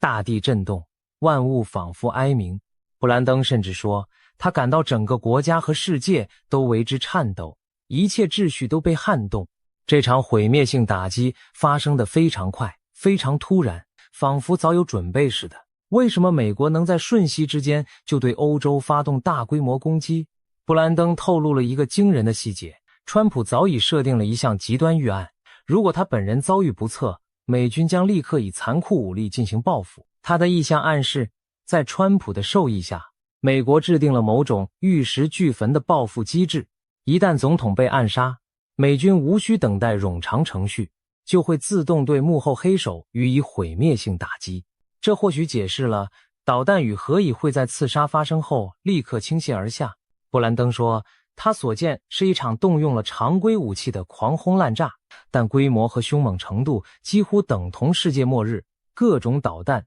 战机齐上，没有任何缓冲。第三次世界大战的战幕就在川普倒下的那一刻轰然拉开。朋友们听到这里可能跟布兰登本人一样震惊，美国和欧洲之间真的可能爆发战争吗？毕竟自第二次世界大战结束以来，美国和西欧一直是牢固的盟友，美欧同属北约，在冷战中并肩对抗苏联，在现代国际秩序中更是唇齿相依。然而布兰登预言的画面颠覆了我们对国际局势的认知，美国居然对传统盟友欧洲痛下杀手，这听起来几乎令人无法置信。要知道，美国宪法规定了严格的开战程序，即使总统想对某国开战，也必须经国会授权。以美国国内政治现实而言，川普所在的共和党内部不见得会全盘支持对欧洲宣战，而民主党更不可能投票允许总统挥军。欧洲那几乎等同于自己多年盟友决裂，自毁长城。正因如此，许多分析人士认为，布兰登意象中那种即时世界大战的场景更像是一种象征或比喻，表示川普若被害，将引发西方世界前所未有的震荡和冲突，而不一定字面上指美军立即轰炸欧洲城市。换句话说，预言中的第三次大战或许象征国际秩序的崩裂，美欧关系急剧恶化，西方盟友反目成仇，全球陷入空前的混乱和对立，人心惶惶，各国迅速选边站队，新的对抗格局形成。即便不真的是导弹齐飞，也很可能出现经济上的全面对抗，外交上的剧烈冲突，甚至局部的军事摩擦，让世界重回几十年前阵营对峙的黑暗时代。然而，我们也不能完全排除极端情况下发生热战的可能。历史上，一些出人意料的事件往往就是大规模战争的导火索。最著名的例子莫过于1914年第一次世界大战的爆发。奥匈帝国的储君斐迪南大公夫妇在塞拉耶佛被一名青年刺客暗杀。谁能想到，一介青年刺客扣动扳机后，不到2个月，欧洲大陆即燃起战火。由于各国同盟条约的连锁反应，这一桩刺杀事件迅速演变成席卷全球的战争浩劫。同样道理，如果2026年美国总统川普果真遇刺，其影响将远远超过美国国内政局本身。首先，凶手的身份和幕后黑手将成为各方角力的焦点。如果证据指向某个国家或势力，美国民众和政界的愤怒将难以抑制，要求报复的呼声会压倒一切。在巨大的悲愤压力下，美国政府未必会按常规行事，很可能火速对外采取军事行动报复，以振奋民心。特别是川普本身在任内就强调以牙还牙的强硬作风，一旦他生前预设了自动报复机制，那么即使国会尚未正式宣战，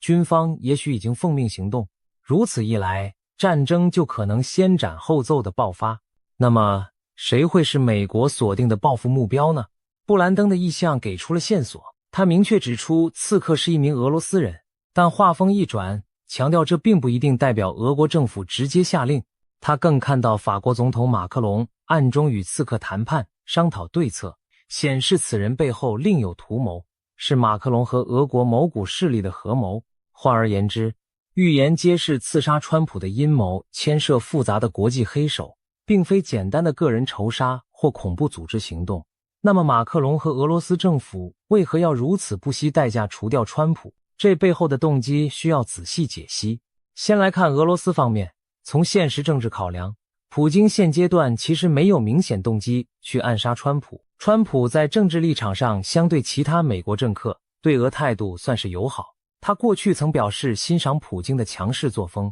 主张可以和俄罗斯谈判做生意，并不热衷于像前任那样对俄全面强硬。如果川普在任，美俄关系理论上比在民主党执政时要缓和，普京何苦去冒刺杀美国总统这等惊天风险，自找灭亡？暗杀一国元首通常会被视为战争行为，一旦东窗事发，俄罗斯将面临毁灭性报复，这对普京毫无好处。相反，真正视川普如眼中钉，非除之不可者，很可能是另一方势力，欧洲旧有的全球主义集团与他们幕后的盟友。川普的民族主义议程和美国优先政策在他第一任期内，就令许多欧洲传统建制派领袖如坐针毡。布兰登在分析中指出，马克龙及欧盟那些老牌左派政客长期将川普视为欧洲现存秩序的巨大威胁。回顾川普执政时采取的一系列举措，确实处处损及欧洲旧秩序的利益。例如，川普政府退出巴黎气候协定，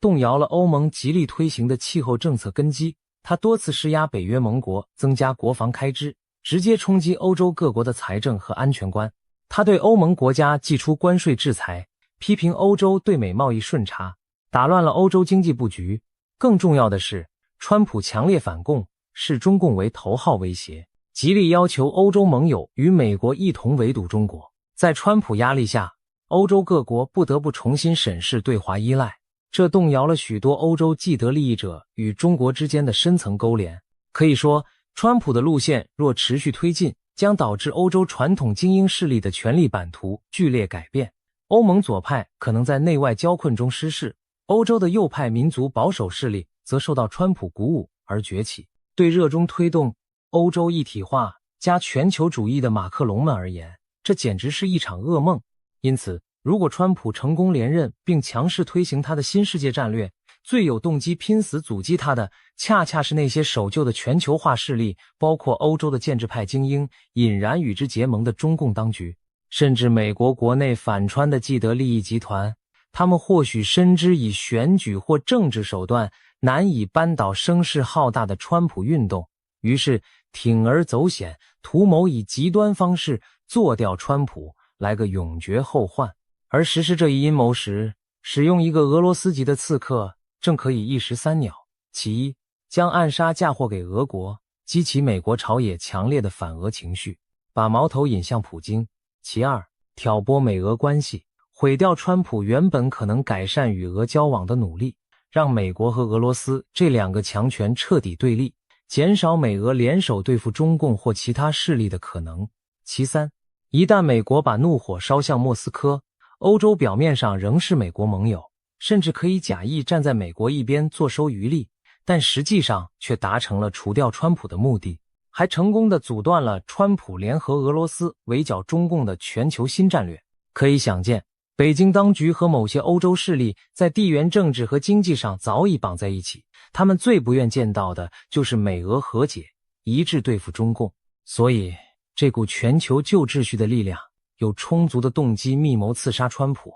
那么，布兰登所说的俄罗斯刺客又会是谁呢？既然普京可能性不大，那就可能是被幕后黑手收买或操控的俄籍人士，比如可能是一名与克里姆林宫无直接关系的极端民族主义分子，或退役特种军人，甚至前瓦格纳雇佣兵受雇执行此任务，也可能是某个反普京的流亡特工，成为西方秘密势力的棋子。总之，从预言细节看，刺客技艺高超，受过军事训练，拥有精良装备，这不像一般临时起义的狂热分子，更像是有幕后组织支援的职业杀手。布兰登强调，刺客是俄罗斯人，但不代表奉普京之命，显然是提醒人们不要被表象迷惑。真正可怕的敌人不是俄罗斯这块表面的皮，而是躲在背后驱动这只黑手套的手。那黑手极可能就是国际上盘根错节的全球旧秩序势力。暗杀一旦发生，美国国内局势也将瞬息万变。在预言中，布兰登看到了川普倒下后，美国政府权力中枢的动荡景象。副总统万斯推测为 JD。 万斯身处一片死寂的焦黑橡树林，光秃秃的橡树没有叶子，像经历了烈火灾难，只剩6-7根焦黑的树干孤零零矗立在雪地上。万斯一身黑色长风衣，在萧瑟的冬日橡树林中艰难前行，橡树象征岁月年轮，这诡异景象似乎隐喻着美国将经历6到7年的黑暗劫难。接着，万斯推开白宫的门，走进总统办公室，坐在办公桌后。此时他的夫人站在门边，偷听室外谈话。预言中，万斯的妻子挺着大肚子，已经怀孕临产，身穿一袭带有绿黄刺绣的粉红色印度风长袍，或许暗示着一种新生命即将诞生，又或者是某种文化融合的隐喻。让人毛骨悚然的是，布兰登提到在万斯妻子身旁有一位名叫艾瑞克的女士以发言人身份在面对媒体采访，反复强调自己只是总统夫人的朋友。据了解，艾瑞克正是知名青年保守派意见领袖扎里·科克的遗孀。科克先生在预言场景中同样遭到暗杀身亡，这意味着除了川普本人，可能还有其他支持川普的政界人士在这场阴谋中遇害，令人不寒而栗。媒体的聚光灯都打在这位艾瑞克女士身上，她成了万斯夫人对外发声的代理人。这些细节耐人寻味，似乎在暗示万斯临时代理了总统职务，但国家处于极度危机，以至于第一夫人都需要朋友代言发声，稳定人心。更令人侧目的是，美国政府临时权力架构也浮出了水面。布兰登看见前佛罗里达州长德桑蒂斯和佛罗里达州参议员马可·卢比奥也都出现在白宫椭圆办公室内，其中卢比奥被指为第2号人物，德桑蒂斯则是第3号人物。这令人联想到总统继任顺位，按美国法律，总统殉职后由副总统继任，之后是众议院议长、参议院临时议长，再往后才轮到内阁国务卿等。不过卢比奥和德桑蒂斯都不在法定继任序列的前列，他们同时出现在领导核心，或许意味着在大动荡下，美国政权可能出现非常规权力安排，也许是川普阵营在生前就部署了接班梯队，例如让卢比奥出任新副总统或代理国安高层，德桑蒂斯负责军事或国内安全等，以应对非常时刻。无论具体如何，布兰登的预言揭示出川普一旦出事，美国将进入高度戒严与权力再分配的状态，整个华府如临飓风，权力核心面临洗牌。我们可以想象那场景，白宫上空乌云密布，肃杀的寒风围绕首都呼啸，示威与骚乱可能在全美多地爆发，金融市场也剧烈动荡。川普的支持者震怒悲痛，要求彻查阴谋，报复凶手。反对者中有人幸灾乐祸，也有人担心国家前途。军队和安全部门全面戒备，一场前所未有的国家危机正席卷而来。布兰登用一句话总结他所见：当时美国正处在巨大的动荡之中，简直是人间炼狱。白宫周围刮起了一场前所未有的猛烈风暴。回到预言的源头，布兰登强调这一切并非上帝的心意，而是人类骄傲与邪恶使然。他说主告诉他们把川普高高举起，仿佛美国的救主，但拯救美国的只能是我，上帝。我不将我的荣耀归给任何人，哪怕他是川普总统。这段话寓意深长，或许正是因为太多人，包括川普本人，将川普视作力挽狂澜的救星，这种自负和崇拜已经冒犯了天意。上帝不容有人窃取他的荣耀，所以哪怕是川普若骄矜自恃，不归荣耀给神，也终将自食恶果。傲慢是所有信仰传统中都被严厉警戒的致命弱点。圣经中傲慢被列为7宗罪之首，佛家经典也说慢为3障之首。人类历史中无数英雄豪杰最终败于自负，连天使长路西法、撒旦不过也是因为傲慢背叛上主而堕为魔鬼的。在布兰登眼中，川普目前正面临这样的灵魂考验，如果他不戒除骄傲，谦卑顺服神，他所开启的伟业将遭遇可怕的拦阻。读到这里，也许有人要问，预言既然如此骇人听闻，我们该抱着什么心态去看待？把它当作板上钉钉、无法更改的未来吗？其实，在宗教传统中，预言的意义往往不在于精准预报未来，而在于向世人示警，促使人们改过迁善，以改变未来。布兰登的预言正属于这种条件式预言。他本人一再强调，未来会随着人的回应而改变。也就是说，预言中的灾难并非不可避免。如果我们听到警告后采取行动，命运之路可能大不相同。圣经中有著名的先知约拿的故事，他奉神之命预告，邪恶的尼尼微城40日后必倾覆。可尼尼微人从君王到百姓痛改前非，披麻蒙灰忏悔，上帝便收回成命，灾难没有发生。同样地，布兰登此次将异象公诸于众，就是希望能唤起美国民众和川普阵营的警醒，以祈祷和行动来扭转这场劫难。事实上，布兰登过去的一些预言最终并未发生，他认为这正是因为人们的祈祷产生了作用。例如，他曾预告过美国将出现全国性的大停电、股市崩盘等等，但迄今尚未成真。支持他的人相信，或许是因为许多人提前警醒祷告，上帝因此延迟或取消了这些审判。在这次预言中，布兰登已经呼吁全美教会一同祷告守望，为川普的生命安全代求，为国家前途祈求上帝怜悯。他自己也表示，已经将此意向告知教会长老们，一起为此迫切祈祷。除了祷告，预言中也隐含给川普本人的忠告，那就是保持谦卑，寻求上帝的引导。布兰登相信，上帝拣选川普不是没有目的的。如果川普愿意悔改傲慢，虚心依靠神，他还是可以成为带领美国走出危机的器皿。在布兰登以往的信息中，他提到过川普必须自主地跪下接受耶稣为救主的重要性。如果川普愿意如此行，他将得到从天而来的智慧和恩典，成为真正蒙光照的领袖，带领美国度过风暴，击败黑暗势力。相反，如果他刚愎自用，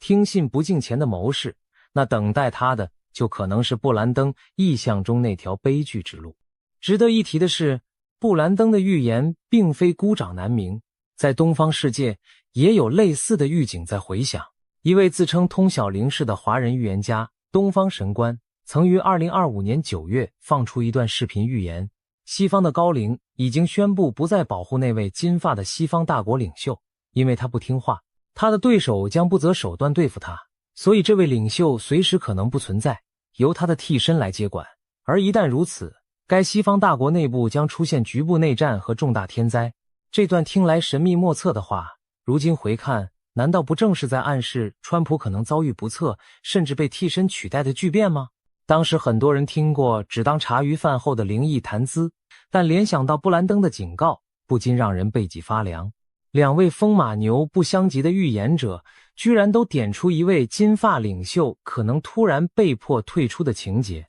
还都预见其后国内会陷入混乱。难道冥冥之中真的有大事将至，给不同的人都敲响了警钟？除了民间先知，事实上国际局势本身也在释放不祥的信号。俄乌战争仍在焦着，台海和中东等热点暗流涌动，连法国知名学者都感叹，第三次世界大战其实已经打响，只是我们身在局中未必察觉。在这种剑拔弩张的大背景下，一颗子弹就可能成为压垮骆驼的最后稻草。假使川普遇刺，美国对凶手背后势力的报复行动无疑将把现有冲突全面引爆。那时中共会不会趁机侵台？伊朗会不会联合盟友攻击以色列？北韩会不会蠢动？这一连串连锁反应都可能因为美欧决裂，全球秩序瓦解而被推向失控。布兰登曾预言，真正空前的冲突正在蓄势待发，它将揭开世界大战的序幕。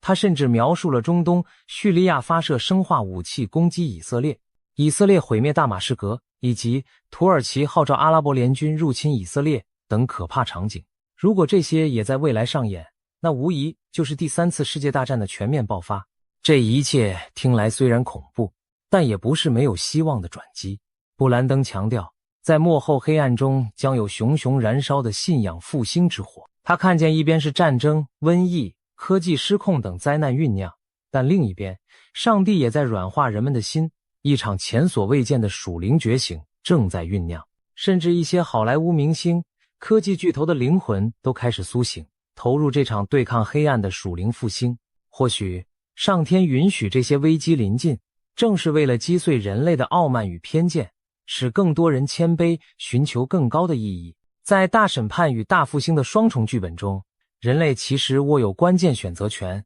将命运推向毁灭深渊，还是引向光明新生。面对布兰登，川普将遭刺杀引发3战的惊人预言，我们每个人都不禁要思考，未来真会如此残酷吗？还是说，上帝在透过预言给人类最后的觉醒机会？川普总统会否因此警醒，改变他的态度和行动？美国人民乃至世界各国会否团结祈祷，阻止这场灾难的发生？亦或一切终将无可避免地走向预言中的剧情？正如布兰登所说，未来并非铁板一块，预言更像是一面照妖镜，映出人心的善恶抉择。也许预言的最大价值就是让我们现在就行动，去避免它成真。如果人们选择无动于衷，那么预言中的风暴可能如期而至，但如果我们选择悬崖勒马，恳切祈求并推动改变，也许悲剧就不会降临。我们眼前有两条路，一条通向世界大战的深渊，一条则可能迎来道德与信仰的复兴。我们期盼川普和世人能做出正确的选择，让历史朝着更好的方向发展。毕竟，预言的目的从来不是让人坐以待毙，而是唤醒人心，在黑暗中寻找改变的契机。让我们拭目以待，怀抱警醒与希望，祈愿这场预言中的浩劫最终不会成真。